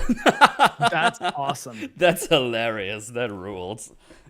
You got to wonder if that person was joking when they said that and they just didn't realize that would actually happen. It's like, hey, we're going to make a game about horses that are like hot Japanese girls. Can yours be in it? And be like, okay, fine, but only if it has bigger boobs than the rest of them. And then they just say, "Oh shit, they did it!" Like, then they just say, kidding. They just say, "Yeah, okay," and they're like, "Wait, what?" Yeah, it's like, hold on, that wasn't a joke. Anyway, Madden NFL, very exciting. I'm sure it's awesome. Chilling by the fire, which is what's in the title. You build like a fire, and yeah. I don't know. That's the game. Yeah, I mean, you can chill by the fire with your friends with the fucking weird something. They're charging people for this, like. Well, they really want to use their camera things they have now. Look, you have like all these fucking. What's the fucking Power Rangers phase? Zordon? Fuck, I forgot. Zordon? Was it Zordon? Yeah. Oh, okay. Shit, I didn't forget then. Am I wrong about that? I feel like it was Zordon, right? That's what I remember the name as. But yeah, this is what they do like here, and they make like everyone makes their own fire apparently, and then you talk as like, I mean, I guess that's the game. You can just chill with your friends and do the fire place. Yeah, well, Yeah, apparently Zordon is correct. Isn't it just a VR messenger chat room or something? I mean, if you have a VR headset, you can probably have the exact same thing in like VR chat or something and just fucking make a fire. I don't know. If you want to play Apex Legends on your Switch 2 for some reason, you can do that at some point. I don't know why you would ever want to do that, but you can now. Soon. Well, wasn't it Apex Legends was on Switch though as well, right? Was it? God, that must be a Yeah, horrible I feel like it experience. was. What the fuck? Or am I know Overwatch was, but like I don't know. All the Switch versions ran at 30 FPS though, so I guess if it's 60 FPS Apex Legends on Switch 2, that's something of a win. But Cyberpunk is on and Switch. hey, at least Oh right, yeah. Apex Legends, I would assume, would be free though, right? Because like Apex Legends is free normally. Yeah. But yeah, it comes there as well. Well, I mean, yeah, at least Switch has gyroscope, so you can aim a little bit better than you would with just normal clown sticks. But hey, you're still probably gonna get worked by people using a mouse and keyboard. Yeah. Although I don't know, how's the auto aim in Apex? It might be like ridiculous, like Destiny or something. Well, funny enough, I just talked about this with Rex today, and apparently the aim assist is completely fucking broken when you play against it as a PC player. Delightful. Like it goes through visual obstacles and stuff. So if you do like I don't know, flashbang or whatever, the auto aim still works, or the aim assist still works or something. So yeah, it's a very cool experience. From what I understand.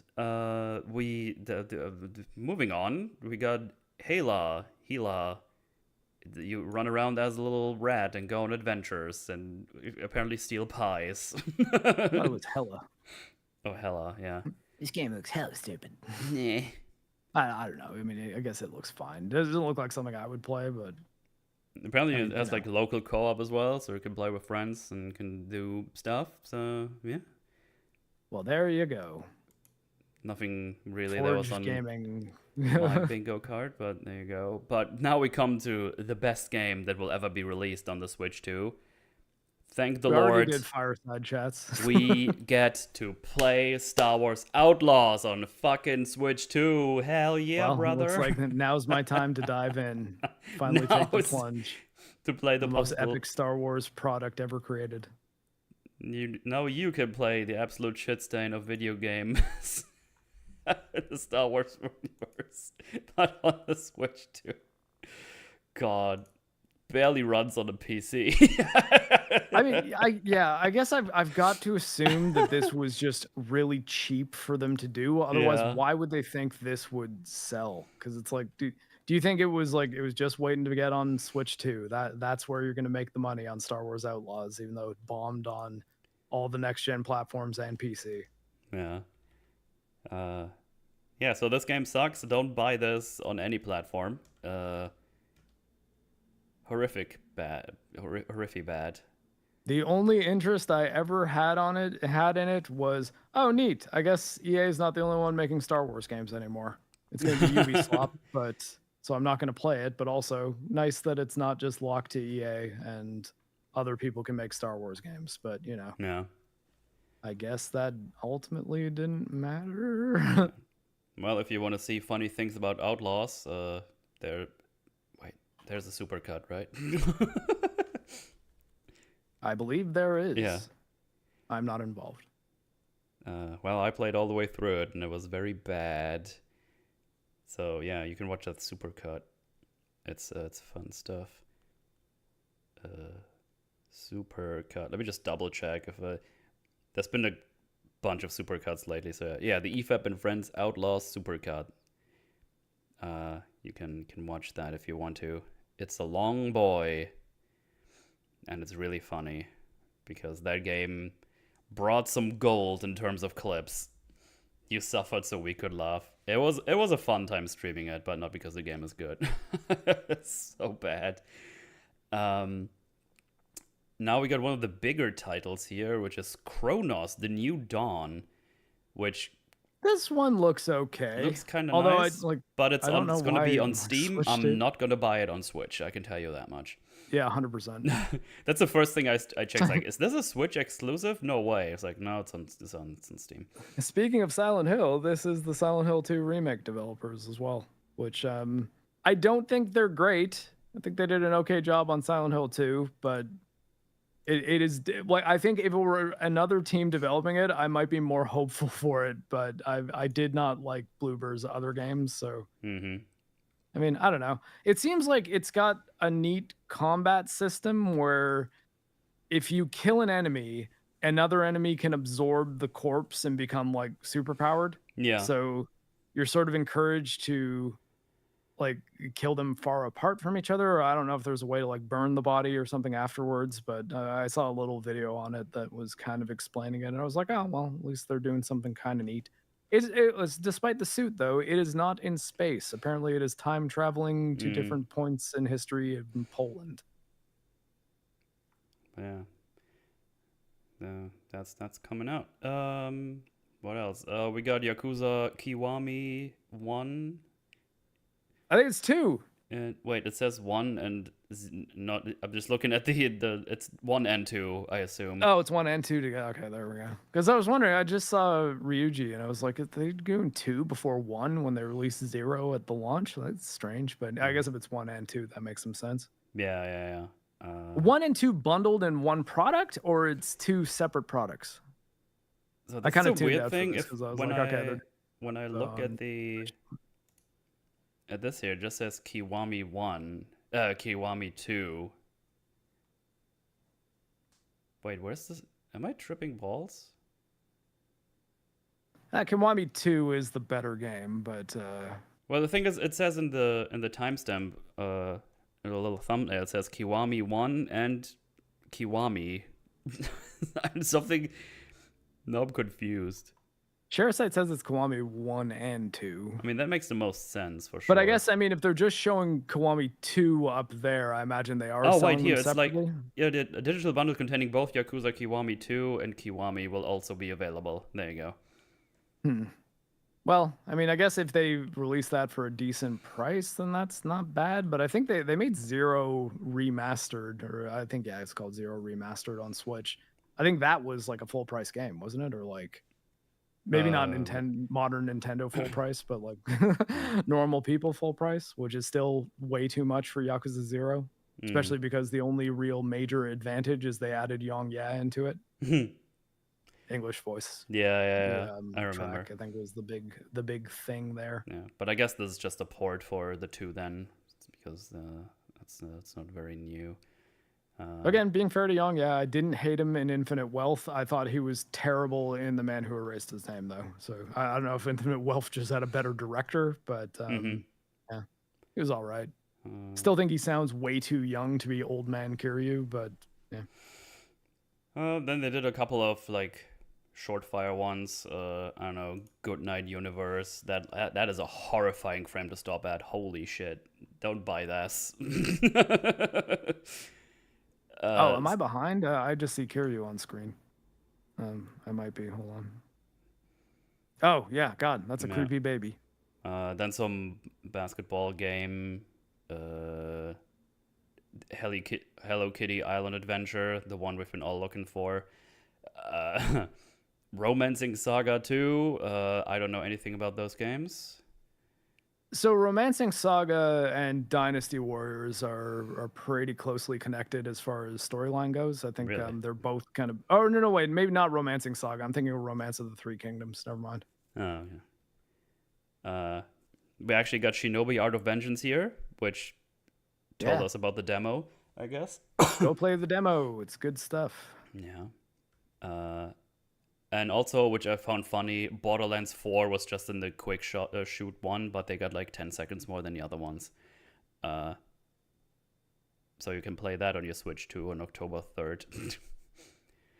I wonder how much it's going to cost on Switch too. $7,000. If you're a true fan, you'll make it happen. Though I think they did bump it down to 70, I think, which is still too much. But thinking Borderlands 4 was gonna make it 80, it was gonna be worth it for people for an $80 price point was just insane. I don't know why they ever thought that was gonna work. Yeah, I don't know. But I mean, hey, I think that's the 2 games now that we're supposed to be releasing this fall. Borderlands 4 and Outer Worlds 2 were announced at having the $80 USD price point and then bumped back down to 70. I still think 70 is too high, but you know. Then we got the one thing that I didn't know of, and I was like, you know what? That actually looks kind of up my alley. The Adventures of Elliot, the Millennium Tales, and it gave me like looked okay. It gave me Ease vibes in terms of the combat and stuff. It's kind of like a top-down-ish, sometimes side-scrolly one. I guess that switches from time to time. But yeah, just action RPG where you go around and beat stuff up. Also, that was funny. I was just like, Faye says, you could call me Faye. I'm a fairy. And then the description says, Faye, the fairy.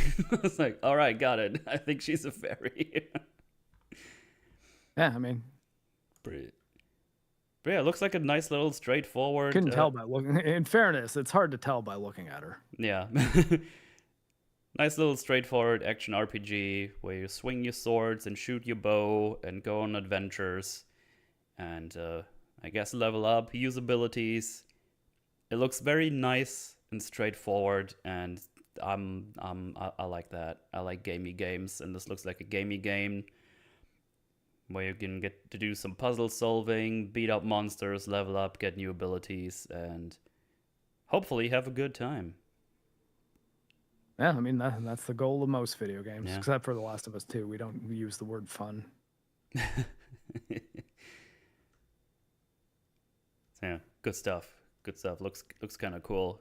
Some platforming, some puzzling, all the good stuff. And I hope it is gonna be good. But it's also apparently only on Nintendo Switch 2, so that might be a problem for my interest. I don't know about that. I feel like because Square Enix has been doing a big thing where they're like, yeah, we're not doing exclusivity anymore because right, that's true. Making actually, us lose a lot of money. I mean, maybe for a game like this, although. Oh wait, actually, I didn't realize it says debut demo after this presentation. Wait, let me check Steam.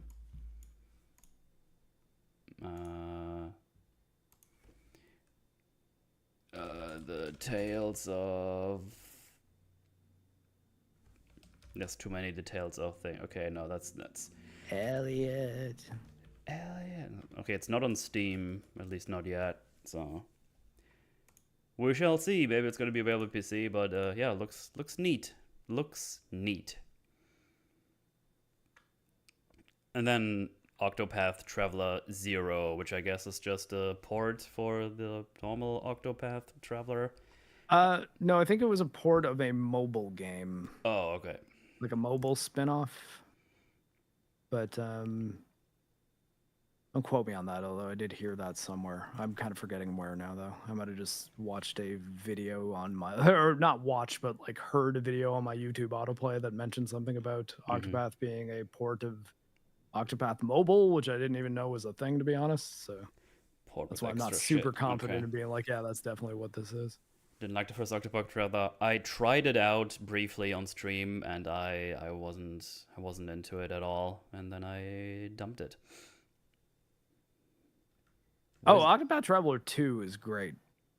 The first one, I think the combat's good, but there's I don't know, there's like kind of a clunkiness that made it sort of hard to stick with for very long for me, at least. But Octopath Traveler 2, I enjoyed quite a lot. I think having voice acting in like a JRPG that's decent actually kind of goes a long way towards pulling you in, I find. And the second one has voice acting, which I think honestly for like the HD 2D style, adding voice acting is a good call. I would recommend more studios to look into that. Which, by the way, they are doing with Final Fantasy Tactics as well.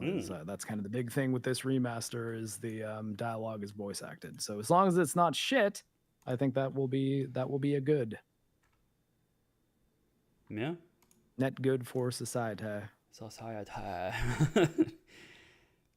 Yeah, that's what's happening. As you can probably tell, not most of it is not really that interesting. There's a lot of ports and stuff. So yeah, we got like one or two things that might be good. So yeah, we shall see.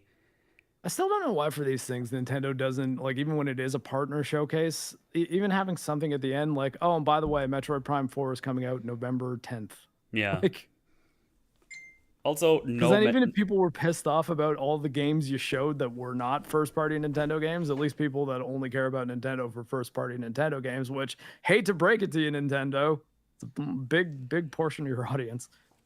Like, they'd have something to chew on. Yeah. Also no mention of Silksong whatsoever. Not even in the quick fire round, which is funny because IGN just put, for example, put Silksong images. It's like, there's a new direct partner coming up. It's like, and put a picture of Silksong on there.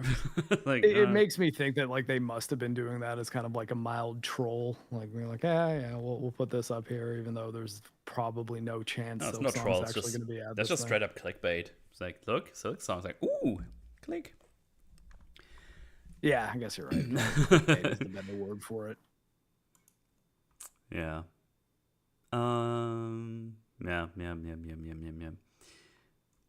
Oh boy, but yeah, that's the direct. Not too interesting. So yeah. It kind of makes me wonder though that why, like, if they're going to have presumably at least one more direct this year, because I can only imagine they'll do one kind of like the Donkey Kong one for Metroid Prime, unless they're going to end up delaying it.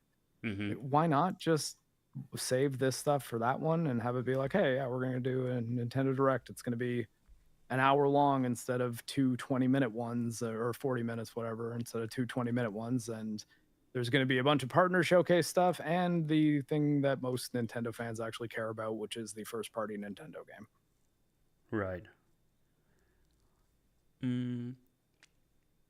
Another thing I've been playing on stream, actually, 2 times last week, and I'll probably finish it up tomorrow. I think I should be getting the time for that. Is the RoboCop Rogue City unfinished business campaign game thingy? Because no DLC, it's its own thing, and it's been rather fun. It's just as fun as the proper game. You basically go in big tower and kill shit. It's definitely harder, especially on the hardest difficulty. This one, a lot more combat going on because you go up against proper mercenaries. So I hear you lose the pistol pretty early on too, right? No. Oh no, I guess not. Sorry, I watched a video on it and they said that like you lose the M9 pistol. I think it's RoboCop's pistol. And I was like, I've been using it the whole time, except in one flashback where you get to play as Cop Murphy for a little bit. Oh, neat. But it's still your main weapon. You actually get like all the first upgrade points. So. Oh, that's spoilers. I mean, I don't know. I saw it in like a little impressions video. They said it pretty early on, so I assumed that was the thing. So, but I guess James, like you saying spoilers means that it wasn't something I was just incorrect about. Now it actually is a spoiler.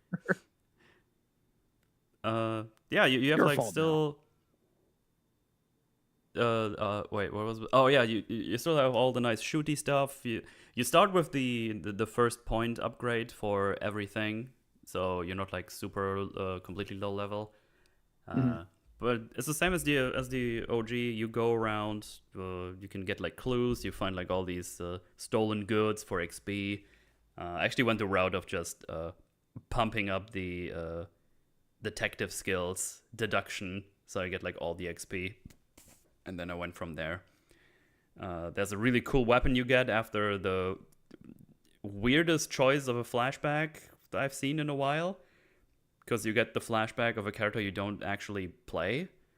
It's one you talk to, and then you play as her, walking around her apartment and read some notes and do her day-to-day, and then go to the Batman and see what's up with them. It was really weird. I don't know why it wasn't a cutscene. It was just weird. I didn't like it. But you get a really cool weapon after this, which is really fun. But yeah, you kind of make your way through the areas. Obviously, you don't have like Rogue City you go through. You have like the big building, but you go into tower. Sorry, OCP Tower, I believe, is where it takes place. Yeah, it's an OCP tower, which is like a big apartment building, and it's all like fucking shit. It's not as good as OCP says. Shocking, I know. But then you get to like some stories where you go around, talk to the residents, and they have like little side quests for you, and you still get little quips from Robo, and it's charming, it's fun, it's a nice gamey game. It still is jank in a bunch of places as the first one, or the original one, the base game. Well, it is Eastern European. For some reason, I definitely have more jank in this one than the base game. Apparently, I got lucky. I think Mauler had a bunch of janky stuff happening that didn't happen to me. But no, it's just really fun, and I wish we get more games like this that are just fun and gamey, and kind of embrace the, over the topness of it all in some places. Just it's fun stuff. I would very much recommend it. I think it's only like $30 or something, so it's not a high entry point. And yeah, fun stuff. Would recommend. It's really, really, really good fun. One thing that I noticed is they should have definitely recorded more voice lines for people getting shot, because if you shoot the limbs of people off, you hear the same line a lot. So a couple of more voice lines. What was we record them saying aside from "ow, my leg"? Well, you can say it differently, or you just don't do ah. I was jokingly impersonating the Eastern European developers. Oh, of course. My brain didn't connect that. I'm very smart. Oh yeah, and there's takedowns now. That's true. So there's like some places when you're like close to a vent, or like a laundry chute, you could just throw them in there, and they just fall down, or you knock them into a wall or something. So yeah, I've been having a lot of fun with it. That's how I clean up crime. Yeah. But yeah, having a lot of fun with it, and I'll be back tomorrow finishing that up, because I think it's like a 15-hour campaign, and I played 2 streams that were both like 5 hours each.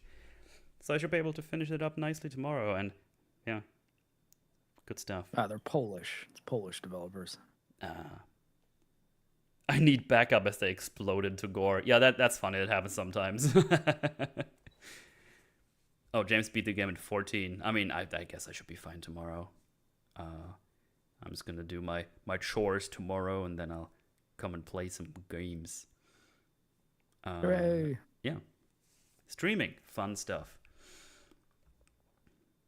The Evo finals about to start. See you later, people. No problems. We'll enjoy the evolution of the Street Fightering. That's Street Fighter, right? I saw a picture. Apparently, there was like the Marvel team fighter that Arc System Works is making. Like Marvel Rivals? The demo units. No, it's Tokon Marvel something. Oh, okay. Anyways, it looks pretty good, but apparently there like people were swarming the demo units for those, and Tokon Fighting Souls. That's it. Marvel Tokon Fighting. I don't know, something like that. But apparently the 2XKO, the Riot one, like the League of Legends fighting game, that's also like a 2-on-2 fighter. Apparently that like no one was. The picture at least showed that there was like no one at all waiting to play that. Oh no! Which I was like, oh, I don't know. I still like. I actually signed up for the beta. I haven't heard anything back, but I think it's supposed to be going on now, actually, or maybe it's at the end of Evo. I don't know. Maybe I should check my email. What I found weird, though, is it seemed like it was all just PlayStation controllers at these demo units. And I was like, why would they not, like at Evo, why would they not have fight sticks here? I don't get it. That was weird. That image was fake. It was during setup. Oh, okay. Hello? Did you hear that? Yeah. Okay. Damn. That image. Oh, okay. So, the image about. Sorry, I think you said the damage was fake. No, the image. That image I saw that was you were fake. reading. It wasn't during setup. Yeah. So there you go. Sony is sponsoring Evo. Okay. Those bastards. Their social media manager was like, "We're going to make it seem like the game that we're producing is just way more successful than Riot's."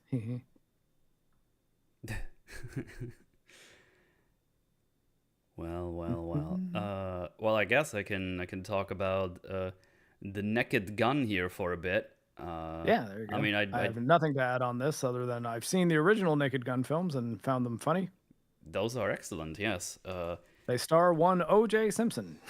Yeah, and they make a funny joke with that one, which you've already seen in the trailer of that, and that's still the best joke I think they have in that movie. Actually, I didn't watch the trailer. What's the so joke? there's like the whole setup is pretty funny too. So they have like pictures of the old cast hanging on the wall, and like everyone who's in there is just the son of that guy, and they all just take like a knee in front of it and just kind of talk to their dead relatives. And then you have the one black guy looking at O.J. Simpson. He just goes like, he just looks at the camera and just shakes his head. He goes like, no. They just cut away. So that was pretty fun. I mean, yeah, that's a way to go about it. So yeah, the new Naked Gun. I mean, I seem like I'm the odd one out because I feel like most people at least liked it. I didn't connect with it at all. I didn't think it was that funny. There was a couple of things that were kind of neat. I had like some chuckles here. They were trying to capture like the spirit of the old ones. Like you have the setups where they like the one. It's like one where Frank says, "Take a seat," and then Pamela Anderson says, "No, I got plenty of chairs at home." Like these kind of jokes that they do all the time in the other ones. But I feel like they were way more clever. Yeah, good thing to fuck up here when you say something about cleverness. More big clever. It's way cleverer than the thing before.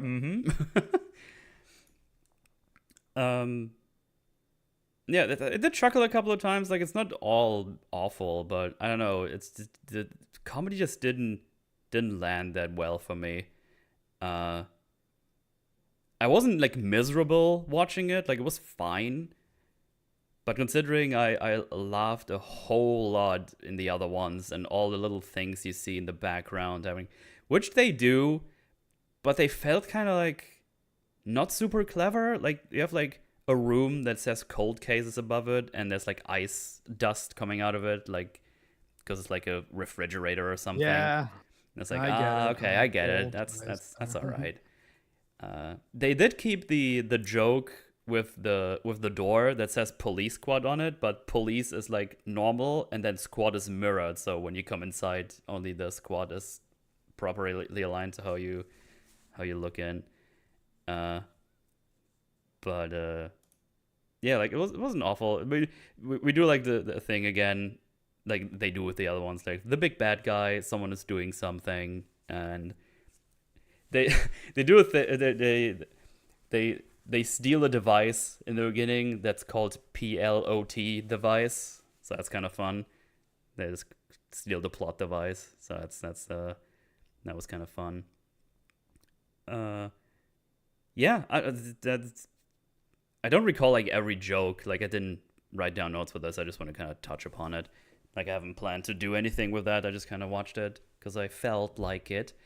I enjoyed watching a movie that wasn't so damn serious about itself, but I didn't find it very funny. Just not boring or bad. Yeah. That's. I'll probably agree with that. They make like a joke where he and Pamela Anderson go like on a vacation, and it turns into like a slasher movie for a bit because they they build a snowman, it comes to life, and they kind of hang out with it and then also make out with it. But then at some point they're like, no, you're not allowed to be here anymore.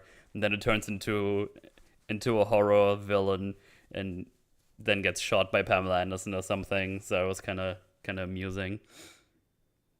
Nice.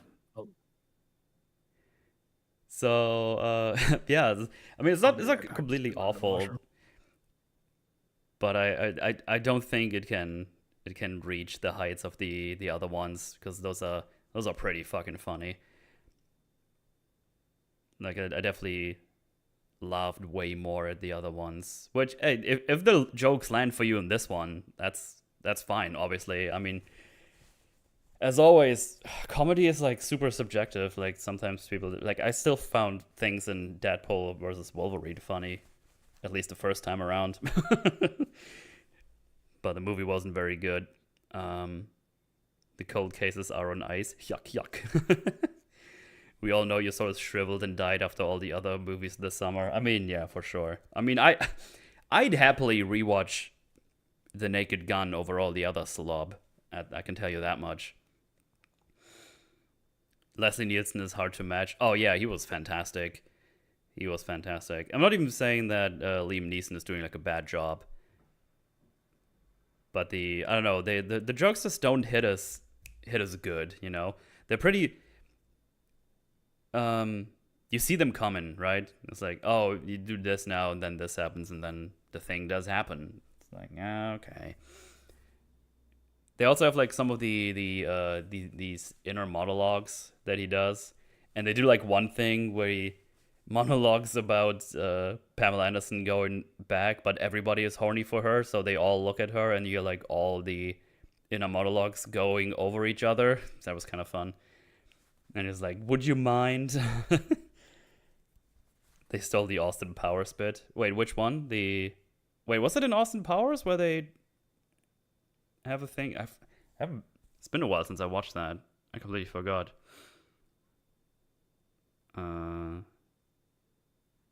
But yeah, I'm trying to think. What else was there? Modern comedy just isn't allowed to have the edginess it needs.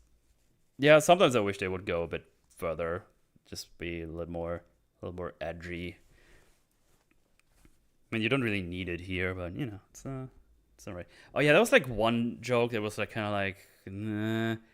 It's like they investigate a car crash, and when they're done, it's like, all right, let's take it away, take the car away. But the crane is like a crane game, and the guy that's controlling the crane just kind of uses controls that look like a crane game. That was just like, it's like, I don't know. There's also this running joke where they just get coffee every time. So they go inside the police station, grab a coffee, take a sip, and then someone else comes around with another coffee. And one time the coffee cup gets bigger every time. And then at some point he just drives, and then there's like an arm just coming into the window. It's like, coffee. It's like, oh, thank you. So, yeah, it's like stuff like that. Not completely awful, but I don't know. I was just kind of meh. But I would watch it over everything I've seen the last couple of days, that's for sure. Or weeks, months, whatever. So, yeah. There you go. I wouldn't really recommend it, to be honest. If you can watch it on streaming at some point, you can probably check it out. Not a bad movie to have like running on the side, I guess. But yeah. Was hoping for more. Was hoping for way more. But I wasn't really thrilled when I saw the trailer because, as I said, the O.J. Simpson joke was like the best one, and I still think it's the best joke in the movie. I guess that's always a tricky thing if you're making a trailer for a comedy. It's like, do we put the funniest stuff in here? Or do we save the funniest stuff for the movie? And yeah, I think I agree though that comedy in movie form, like Hollywood making a comedy, they're in a bit of a tough spot where I could see a lot of them just being like, wait, how edgy are we actually allowed to go in like today? Like, how edgy is the world right now? Are we doing edgy again, or is it no? Are we back into the world is a totalitarian hellscape in which nothing's ever allowed to be funny? Yeah. Hopefully it gets younger people to watch old Police Squad and Naked Gun movies. Yeah. Police Squad and Naked Gun, you just need watch it all. It's so fucking funny. I mean, one of my favorite things about the Police Squad show, which they did like, I don't know how many episodes, it was like a couple of episodes. They always had, I think I talked about this before, but I think it's just hilarious. They have like a guest star, like a prominent person from the time. and they show them also starring, and then it's like someone, and they like every time they die immediately before the episode even starts, like something falls on them or they get shot to death. So they just get the red shirts get a special credit. Good for them. Yeah, but it's like super prominent actors or something. There's like also starring, this guy's like, hey, and then they just die immediately. It's like really fun. Actually, what is a good, very recent example of just the most tame joke ever all of a sudden being a cultural controversy hot point? Sydney Sweeney saying that she has good genes and people flipping out and calling it Nazi propaganda. I still don't know how we made that jump. I feel like I've seen it happen and I still don't understand what happened. I feel like look, the genes, only Nazi. explanation what? Is that for like a basic pun about blue jeans, like GENES and JEANS. It's like, yeah, it's a homophone, I suppose. And people flipping out of it because it's like, oh, she's talking about like inheriting traits from your parents. That's eugenics. I was like, no, that's genetics. Those are different things. Wait, that's the jump they made? Yeah. They went from fucking pants to that? Well, because her monologue in the commercial is something like traits are passed down from parents to their offspring, things like hair color, eye color, personality traits. And she says eye color last, and then she says my genes are blue, and she has blue eyes, but she's also wearing blue jeans. That's the whole thing. That's it. It's like 3 lines. That's pretty funny. That's great. I really think it's that there must be a contingent of people who think that anything involving genetics, which is real, actual, like modern accepted science, is eugenics, which is organized conditioning of genetic traits for betterment of society, which like I think most people are not on board with, at least. Well, eugenics has a bad rap, so I mean, yeah, but genetics is still let's go. It's still a science. Like, yeah, you do inherit traits from your parents. That's real. That's not Nazi propaganda. That's a true thing that happens. Said about Roberto's approaching your location. Oh no, I don't have any Borgars to fend them off. Jesus Christ. But yeah, though, in that context, a simple pun about blue jeans and biological genes became like a big cultural controversy. So fucking hell. What hope do you have at like writing a big budget comedy movie that like has any edgy jokes in it? Because people freak out and it's silly. I'll just be able to laugh at things. I'll just go watch Tropic Thunder again and Team America and remind me how fucking great comedies can be. Right? And it's like everyone can just get made fun of and it's fine. Yeah. Team America, as much as it does make fun of Kim Jong-il, it definitely also makes fun of Americans through the whole movie. But it's funny. And Tropic Thunder is not only a good comedy, it's also just a good fucking movie. So there you go. Yep, and as much as people want to comment on the controversy of Robert Downey Jr.'s performance in that his character is doing something that is like very, very overtly racist on purpose for the purpose of comedy. Yes, exactly. The acting is actually quite good as that character. It's a dude playing another dude, whatever it is. They've tried to get him canceled for that like multiple times, but it shattered every time, which makes me very happy. So. Well, yeah, because it's just it's okay to laugh at things, and it's okay for us to make fun of each other. Oh, and I don't think any of the jokes in Tropic Thunder were like mean-spirited. They were just poking fun at cultural things, and it was funny. It's so hilarious to me when the South Park episode came out, the new one, and people were like, oh, good, they're all just making fun of Trump. Meh, meh, meh. It's like, yeah, of course they would. Of course they would make fun of Trump. I mean, what blew my mind about that, people being like, oh, yeah, of course, like Trey Parker and Matt Stone have bent the knee to the liberals. I'm like, guys, there was a whole arc on South Park where Mr. Garrison was Trump. Like, it was like 3 seasons long, too. Yeah. It's like, you guys are showing your tourist. It's visible from here, but like South Park makes fun of everybody. we have the fucking character PC Principal who's there to make fun of all like the micro triggers and shit like that. It's like it's It's just silly. It's just silly. I mean, it wasn't like the greatest South Park episode, but I think it was still pretty funny. I haven't got around to watching it yet, but I should. I do enjoy the South Park. Is it a new season, or do they just do like a one-off episode? No, it's a full season, full new season now. That's really a new one coming out soon then. Yeah. They generally make them quite quickly. Hey, Dev. Yeah. Hello, Dev. People forget that Matt and Trey are more left-leaning anyway. Of course, they're gonna make fun of Trump like 4 times. Trump is a funny guy. He's so easy to make fun of. Of course, like it's just silly when they come out. Yeah, I mean, like, whether you think he's easy to make fun of or not, like South Park can make fun of anyone, even if they're not easy to make fun of. They make a really over-the-top version of them to make fun of, and that is what South Park does. It's what they have always done. I don't know why people are now surprised by it. Yeah, that's now. I mean, again, I'm not defending the episode because I've not seen it yet. For all I know, I'm not going to find it very funny. But I'll tell you this for sure: I'm not going to get offended by it. No. Especially being a Canadian who like barely cares about politics, really. But like, love all the idiots who are saying stuff like South Park has gone woke. That is hilarious that you would make. Yeah, that I know. jump, like that's kind of what we were talking about. It's nuts because it's like no. South Park's doing what they always do. They make fun of people. Yeah. But yeah, no. Did South Park do anything on Biden? I don't know if they did. I don't feel like I don't recall. But I mean, when I guess Biden was there, we were still. I don't think they were making episodes. No, they did the movies and they did the. They made the COVID specials and then the Ozempic special. I think that's the things they've done recently. Well, and the Kathleen Kennedy one.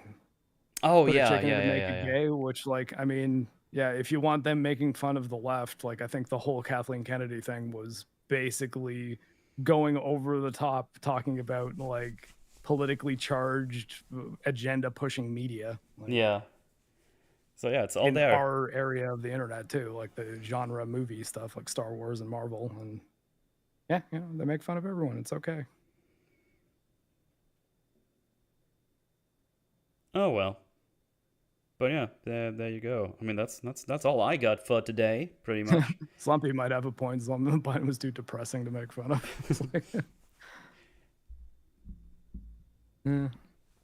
Yeah, I mean, I don't know. Let's think. Is there anything else that's happened recently that want to talk about? Oh, I guess during the course of the stream, I did get Shattered Memories running with acceptable mouse keyboard controls. So I might have another Silent Hill game finished by next week.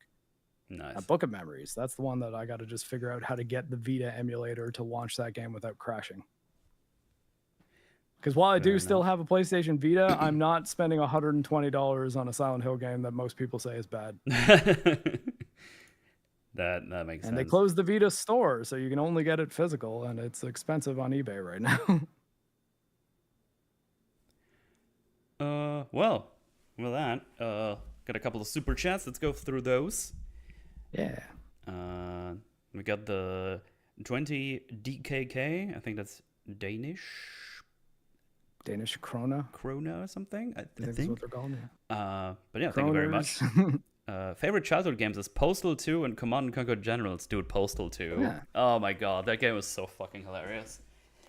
You gonna sign my petition? No? Good, I'm gonna pee on you. Oh, well, that does sound like a joke that seems typical of the Postal games. I mean, that's just what you do, right? You could either just walk away or you get your shotgun out and shoot up the place. Yeah. Fun stuff. But yeah, Command & Conquer, I played a lot of the original Command & Conquer and the first Red Alert. Those were the Command & Conquer games that I really took deep dives into. I've heard Generals is very good, though, but I believe they are all on Steam now. The cat silencer. Yeah, you just put a cat on the shotgun. No. I'm assuming you can only use it once, or I think just a really 3 or 4 times, and then it explodes. The funny thing is, if the cat doesn't explode, you can just put it back down and just walks away. So dumb. Zombie, I do know the space meme. That was from Red Alert 3 with the legendary Tim Curry as the space communist. Or sorry, communist who wants to go to space because it's the only place that's free from capitalism. Yeah. Fun stuff. Got 2 bucks by Jack Chipper. Says, guys, comedy's legal. Get it? LOL, so funny. Ah, wait, was that in the Naked Gun movie? I don't even remember that. I think that's an Elon Musk quote. Oh. I'm just happy he doesn't post as much cringe anymore. He was being annoying, for sure. Well, I think the what would be the word for it? When you like hire someone to play games for you, there is a term for that. It's not botting. Hold on. Boosting. Boosting. I think right. It's just boosting. Yeah. He was like boosting in Path of Exile or something like that, and that definitely hurt his reputation. Look, I'm level 1. It's like, okay. It's like, yeah, I mean, I guess if you're the richest man in the world, yes, you can pay some of the best Path of Exile players in the world to make you one of the top rank in the world. That would work, I'm sure. Gog with the 50 Swedish shekels. Thank you very much. Saying, I love having to pay extra for exclusive content, like saving the game. Honestly, what the fuck? Yeah, it's great, isn't it? It's really cool. Well, I mean, again, I'm willing to give Konami a chance. I've got 2 of their games that we're going to be playing and doing forges on before the end of the year. We got Metal Gear Solid Delta and Silent Hill Silent Hill F. But I guess we get the double for Metal Gear Solid 3 because we do the original first. So there you go. Although I did look up the support studio for Metal Gear Solid Delta. They recently did the Oblivion remaster, which I hear does not have super awesome performance, which also worries me. And apparently they also helped with Suicide Squad Kill the Justice League. Oh, good lord. It was so bad. Maybe that's why they didn't list any other developer on the Steam page. It just says developed by Konami, published by Konami. His Elden Ring character was worse. I remember that. That was like such a disgusting build. It made no sense. I think he was like over encumbered like all the time. Jesus. Once the DLC playthrough, I'm not playing any of the Justice League stuff. Fuck that shit. That was so boring. Blank yes, Alex Ashkan. Alex says though the Chinese studio is making Silent Hill F. They're Taiwanese, and at least I believe that Taiwan is a country. But yeah, it's Neobards, and they also actually did the Onimusha remaster. So Onimusha 1 and 2, made by the same studio who's doing Silent Hill F. No, well, not the originals though, the remasters. Though Onimusha 2 port, despite its needless censorship that you can mod out, is really good. It runs very well. Granted, it's a PS2 game, so they wouldn't have much of an excuse. But yeah, I've not been super impressed with game performance lately, despite being a person with a PC that can absolutely run games well. It's not me, it's the game. I will say very frequently, because a bunch of people are like, well, your video card's like 4 years old. I was like, yeah, but it's a 3090. It's like video cards have not changed all that much with anything other than like AI upscaling stuff, and I don't think that counts. Bluepoint, Snake says they do make good remasters. They actually did the remasters of Metal Gear Solid 2 and 3, like the original remasters of them. But I think Night Dive, the one that Miss Slaughter does the stream, the Twitch channel for, is I think they are fantastic at making remasters. They did the Quake games, Doom 1 and 2 recently, John Carpenter's The Thing, the Turok games, System Shock 2 is probably their newest one, System Shock 2 remastered. And yeah, they're really good. So yeah, they got a pretty good I always like it when record. They do remasters, but I don't think they've done any Japanese games though, so Japan is sometimes a bit weird when it comes to PC ports in general. Right. So. We got 35 Czar by Blankface. Thank you very much. In Germany right now, it's lame because it's not my country. Wow. That's so rude. But depending on where you are, this might also be true. Thank you. And then we got 24 months of membership by Slumpy of the Flim Flam variety. Thank you very much. Thank you, Slumpy. And it says, I was right, Bryan Cranston voiced Zordon. Oh shit, really? I wasn't even aware of that. Actually, I think I did hear that at one point. I did forget it though. But now that you mention it, I was like, oh yeah, wait, I think I did know that. Hey, you gotta make some money. It's probably wasn't a super difficult gig. I'm really annoyed with how often people will immediately blame someone's hardware instead of the game being terribly optimized or buggy. Yeah, it's really awkward when you have like newer games come out. From what I understand, like Stellar Blade runs on like pretty old hardware still and runs really well. At least that's what I heard. I have no Unreal Engine 4. That's probably yeah, why. see, that was a good Unreal Engine. That worked. So Eventually, yeah, Unreal Engine 4 I think had some weird things about it when it first came out, but I think most developers have gotten the hang of UE4. It's UE5 is hit or miss though. yeah. It's by the way, it's the same thing with all the DRM software. DRM software can absolutely gimp your performance, but there's enough games that have the same DRM as other games that run like shit who make it work. So I'm not a fan of DRM. It can actually just hinder your performance for sure, but I feel like a lot of times the devs don't really want to make it work. And there's kind of just fucking splash it on top. It's like, well, you figure it out. You got strong PCs, right? So, yeah. So to James's point here, he says, hey, sometimes it's the person's PC is shitty. Sometimes the copy they get is wonky. So generally, if the game is coded well and optimized well, the person with the lower end PC running it and it not looking good can be attributed to the settings they're trying to run it at. Whereas if you scale it down to something that's more appropriate to what your PC can handle, it does actually then end up running well. The tricky things are stuff like the stutter in Silent Hill 2 remake, where you could run it at 720p 30 FPS and there will still be traversal stutters. Yeah. And at that point, it's like, it's not your PC. It's that they just did not optimize this game very well, or at least the Steam version of it. And like I said, I eventually did get it to the point that the stutters were minimal. They did still happen every now and then when I was like out in the outdoor Silent Hill foggy area.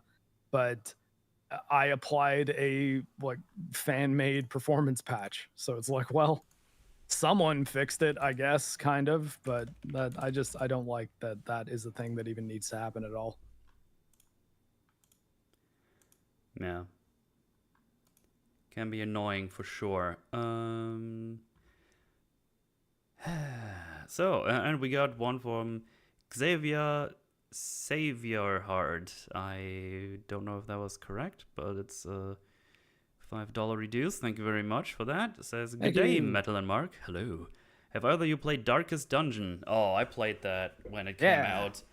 And I named characters after people I streamed with. So there were like 6 versions of Mauler because he kept dying. That was really funny. Yeah, that'll happen. Here's a question, because the thing that made me quit that game was when I decided I liked it enough to get the DLC, and I got the like mosquito vampire DLC that just breaks the game and makes it nearly impossible. I never finished a run of it. I got too frustrated with the game because people kept dying, and I couldn't fucking get it done. I don't know. And then at some point I just stopped. I played a good while. It was pretty fun, but I didn't play it all the way through. There is a DLC that you can activate, buy and then activate, that I made the mistake of doing because it just tanked my playthrough, where there's like these kind of mosquito looking enemies that have like a vampirism stat that will just slowly kill your enemies. It's very, very hard to reverse it and very like resource intensive. And they can just give that person the same status again if you fight those monsters again. And those monsters don't just show up in the DLC dungeons, they start showing up everywhere. So it's just like, I'm constantly having people die almost immediately because they get infected with fucking mosquito vampirism. And yeah, the Crimson Court, that was the one, fucking destroyed the game for me. Oh boy. Which was a shame because I was having a lot of fun with my playthrough. Sounds, never experienced that, but that sounds horrific. If I ever decide to play Darkest Dungeon again, I'm not activating the Crimson Court DLC. Yeah. Also, have you heard of this game? The Blood of Dawnwalker looks pretty cool. I have not. Is that the Witcher dev vampire game? Let's see. It's the developer is like Rebel Wolves? Yeah, it's the they were like former Witcher people. Ah, okay. Looks pretty good from what I saw. Wait, did I see that? I don't know. Maybe I did see it, but I forgot. I think we might have talked about it on this show a few months ago. It got announced at like the beginning of the year. Well, maybe we did. I just forgot. But well, there you go. Maybe I'm just a big dumbus. Right, let me click on this trailer. Rebel Wolf, get it? Because Geralt's the White Wolf, and they left CD Projekt. So. Hey.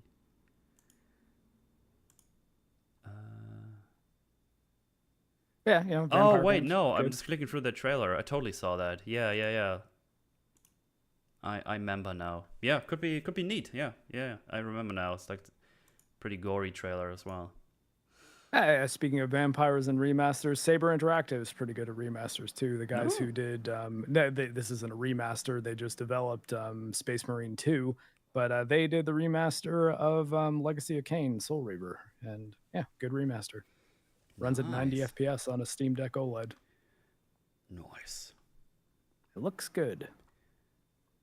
Cool. And oh well, there's another one sneaking in by Slumpy, $5.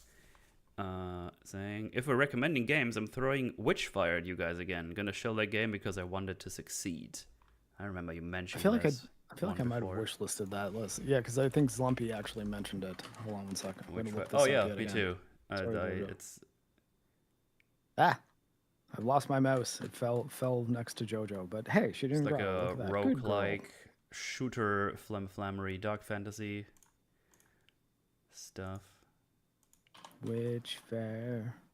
It's 20% off currently as well.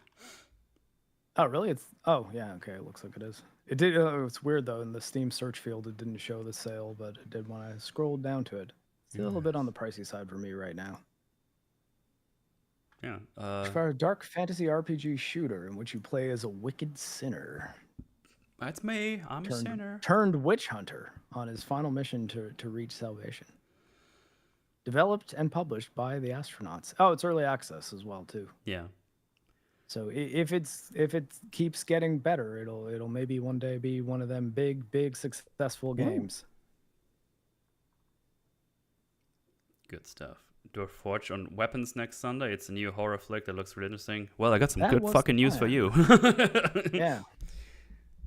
That's the plan. We're gonna do that because I like the vibes. Like the vibes of the trailer. It doesn't tell you all the secrets or anything, so let's see what the mystery is of the weapons. But yeah, got good vibes from it, so hopefully it's gonna be good. Yeah, I saw the I think it was the previous movie that the same guy made, Zach Kreger, who's like the Whitest Kids You Know guy, like who used to do like comedy stuff, but now does horror movies. But Barbarian was his previous one, and I didn't love it, but it was pretty good. I see. But what about the Velma Forge? No, please no. No, please don't. Every so often, I have to go watch a comic book movie that gives me a headache. Don't make me watch Velma. Although I guess we don't have any of those coming up for a little while now, right? Like there's no MCU or DC movies coming out for the next bit. There's an animated Wakanda one that just came out. That's the show, but I don't care. Oh, I heard there was like an animated Predator movie that came out too that I didn't hear anything about, and I should maybe watch that because I do like Predator. I don't know if it's good though. I just saw people talking about it on Twitter and was like, animated Predator movie, I should watch that, and then did not look at the conversation. Oh, Lance says don't. I was almost afraid of hearing that because I think that like if I don't know something is going to be bad going in, I'm at least going to be giving it more of the benefit of the doubt. But if like that's like I didn't want to see people talking about how terrible it was and then be discouraged from watching it, but now I might be. That said, I mean, I don't know. I think that the animated Predator was all right until the 4th act. I see. 4th act? Well, I mean, so is it like a is it an actual just like movie, or is it like an anthology with different stories in it? I have no idea. I have no clue. I do not know. You know what? I'll watch it tonight. Whatever. It's a long weekend, so I'm hanging out with the pups for the next 2 days. Well, there you go. You got some plans for tonight.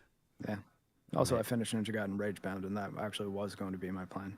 But hey, you know what? I got B ranking on a few of the later missions, so I've got a reason to go back and get those up to A at least. One thing that is neat about it too is there's the talisman. I guess I'm going back into the Ninja Gaiden Ragebound discussion that I don't think I mentioned this then, but you unlock these talismans that can either give you a little boost, like do double damage if you're at like 30% health or something like that, or heal if you on enemies that you kill if you have a kill streak greater than 3. But you can also give yourself like almost like Halo skulls, like little debuffs that each one that you activate will increase your rank by 1. So and when that happens, because you can activate 2 slots at any point, and if you activate 2 of the debuffs, then your rank cap is no longer S, it's S++, and if you have 1 activated, it's S+. So it's not even like people can just cheat their way up to S rank by using some of the debuffs. It's like no. There's if you use the debuffs, you can actually get higher than that. So theoretically, you can keep playing this game and mastering it until you have a S++ on every mission. But no, I like those little systems. They encourage replay value, and when you have replay value in a game, it doesn't need to be overly long. Silent Hill 2 remake.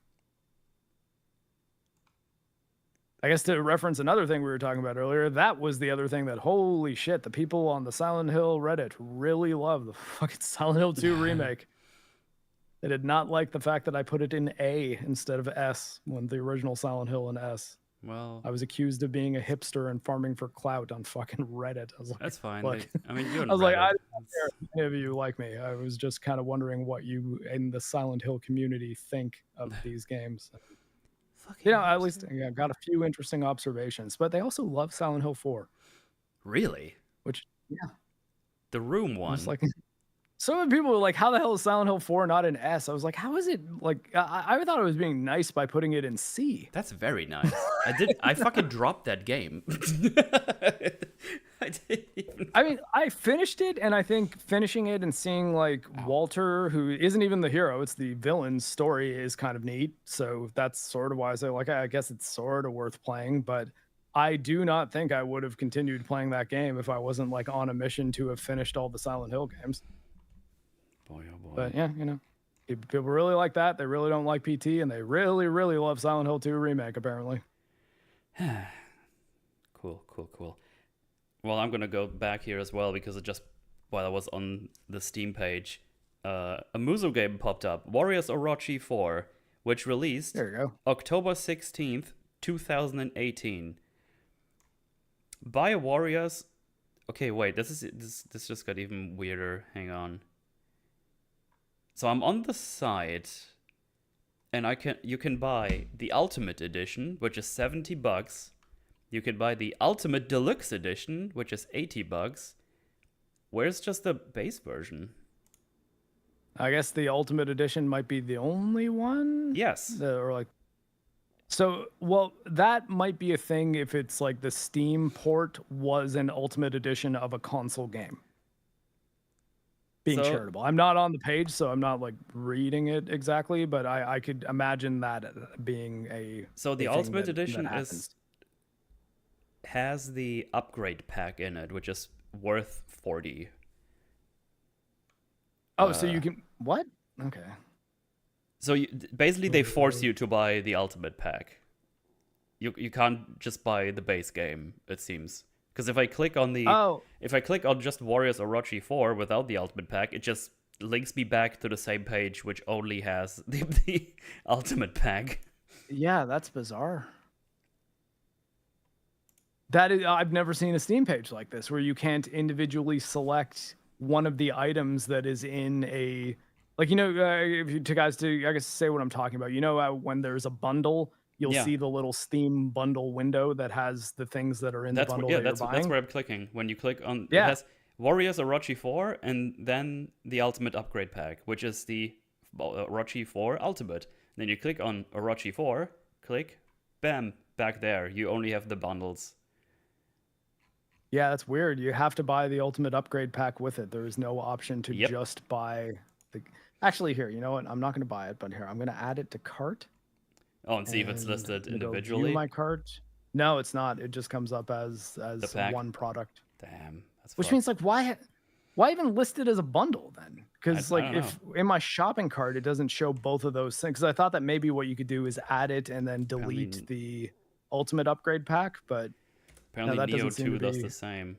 Oh yeah, Neo 2 only has the complete edition listed here.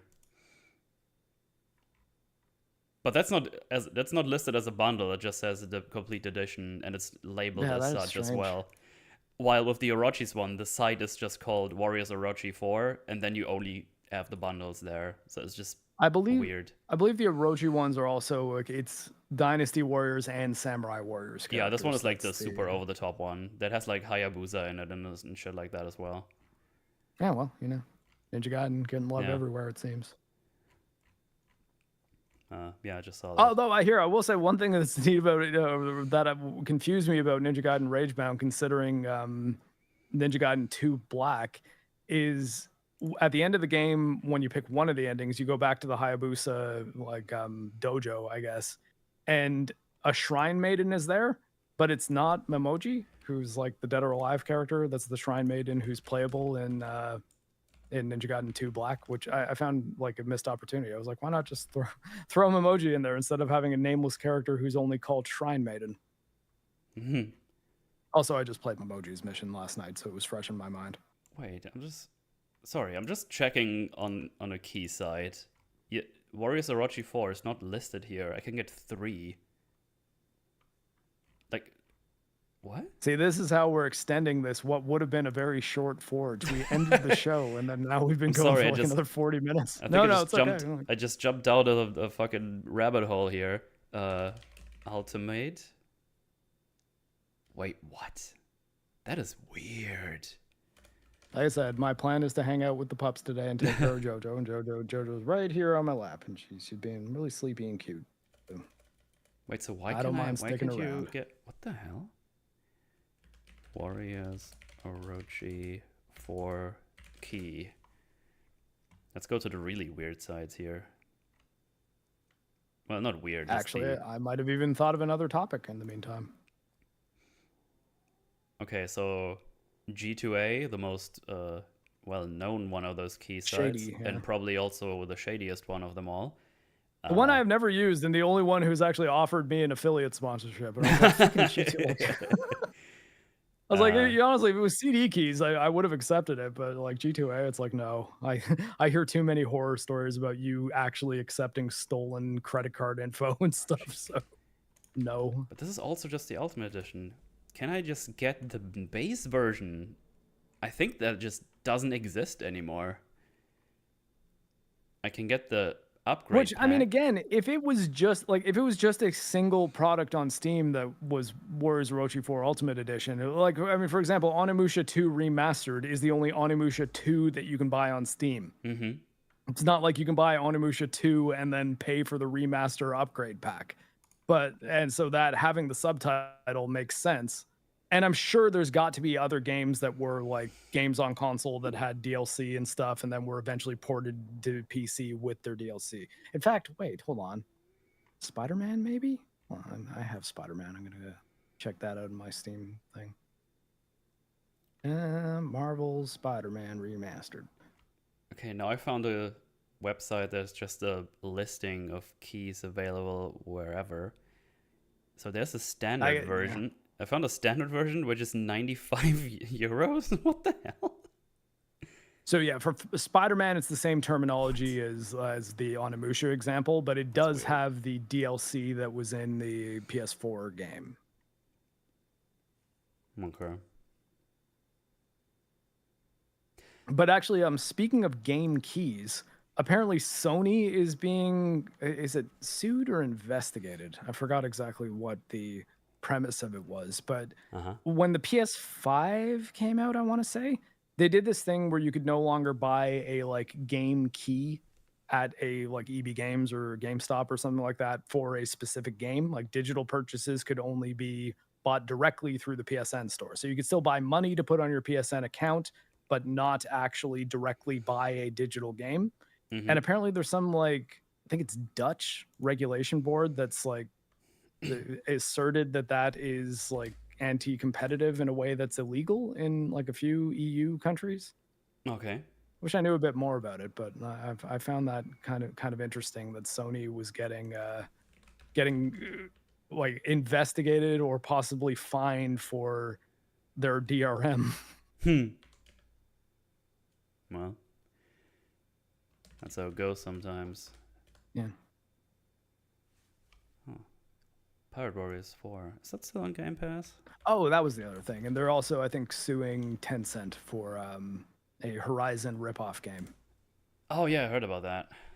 Yeah, so Sony's in some legal battles. Oh my.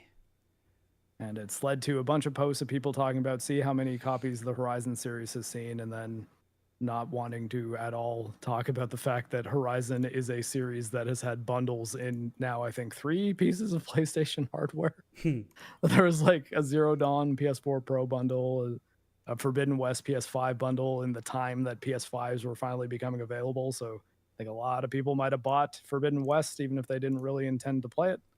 And the PSVR 2 also came with a Horizon game. And those are all listed as sales of the Horizon series. So speaking of boosting, it's Horizon might be the Elon Musk of PlayStation franchises. Cool. I thought Zero Dawn was pretty good, but I still have not felt the urge to even play Forbidden West. Like, I think 1 was enough. I was like, yeah, that's fine. But yeah, Tencent's made a game where you play as a redhead fighting robot dinosaurs, and Sony ain't happy about it. Well, let them fight. Yeah. Let them fight. Cue the Ken Watanabe Godzilla meme. Yeah. Oh well. Well, there you go. I don't have anything else. I think I already reached the bottom of the rabbit hole. The basic version is just not available anymore. Unless you want to pay like $100 for a standard key that I found on some weird site just now. So don't do that. Honestly, I think like had I not been wanting to make a video on the Berserk games, I probably would not even put as much time into Band of the Hawk as I did. Like Musu games, they're just not really my thing. Like I think they can be kind of fun while you're playing them. It's just, I don't know, it feels like eating popcorn, I guess. Like you might have an okay time while you're eating it, but you immediately forget about it the second you've like swallowed. Yeah. I like them. I have a lot of fun with them. And I'll probably play some more Dynasty Warriors here in a bit and just probably just try another weapon and see what's up with that. But yeah, I guess that's that for today. I don't have anything else to yap about for now. You got anything else you want to say, Mr. Marc? No, I don't think so. If you guys want to head to my channel and give my Berserk video a watch, even if you've already seen it, it might help it eventually get picked up by the algorithm. And hey, if you just threw it on in the background and didn't watch it and you want to learn a bit about Musu games, there's a little segment on the Berserk one in the middle. Woo! Do that, suckers. And yeah, I shall be back tomorrow with more RoboCop. And that's that. On that, I'm just working away, chipping away on the video. And hopefully it's not going to take super long anymore. Very well. With that said, I guess we're out of here. And yeah, thanks for hanging out. Thanks for the Super Chats memberships. Very much appreciated. Yeah, thank you very much, everybody.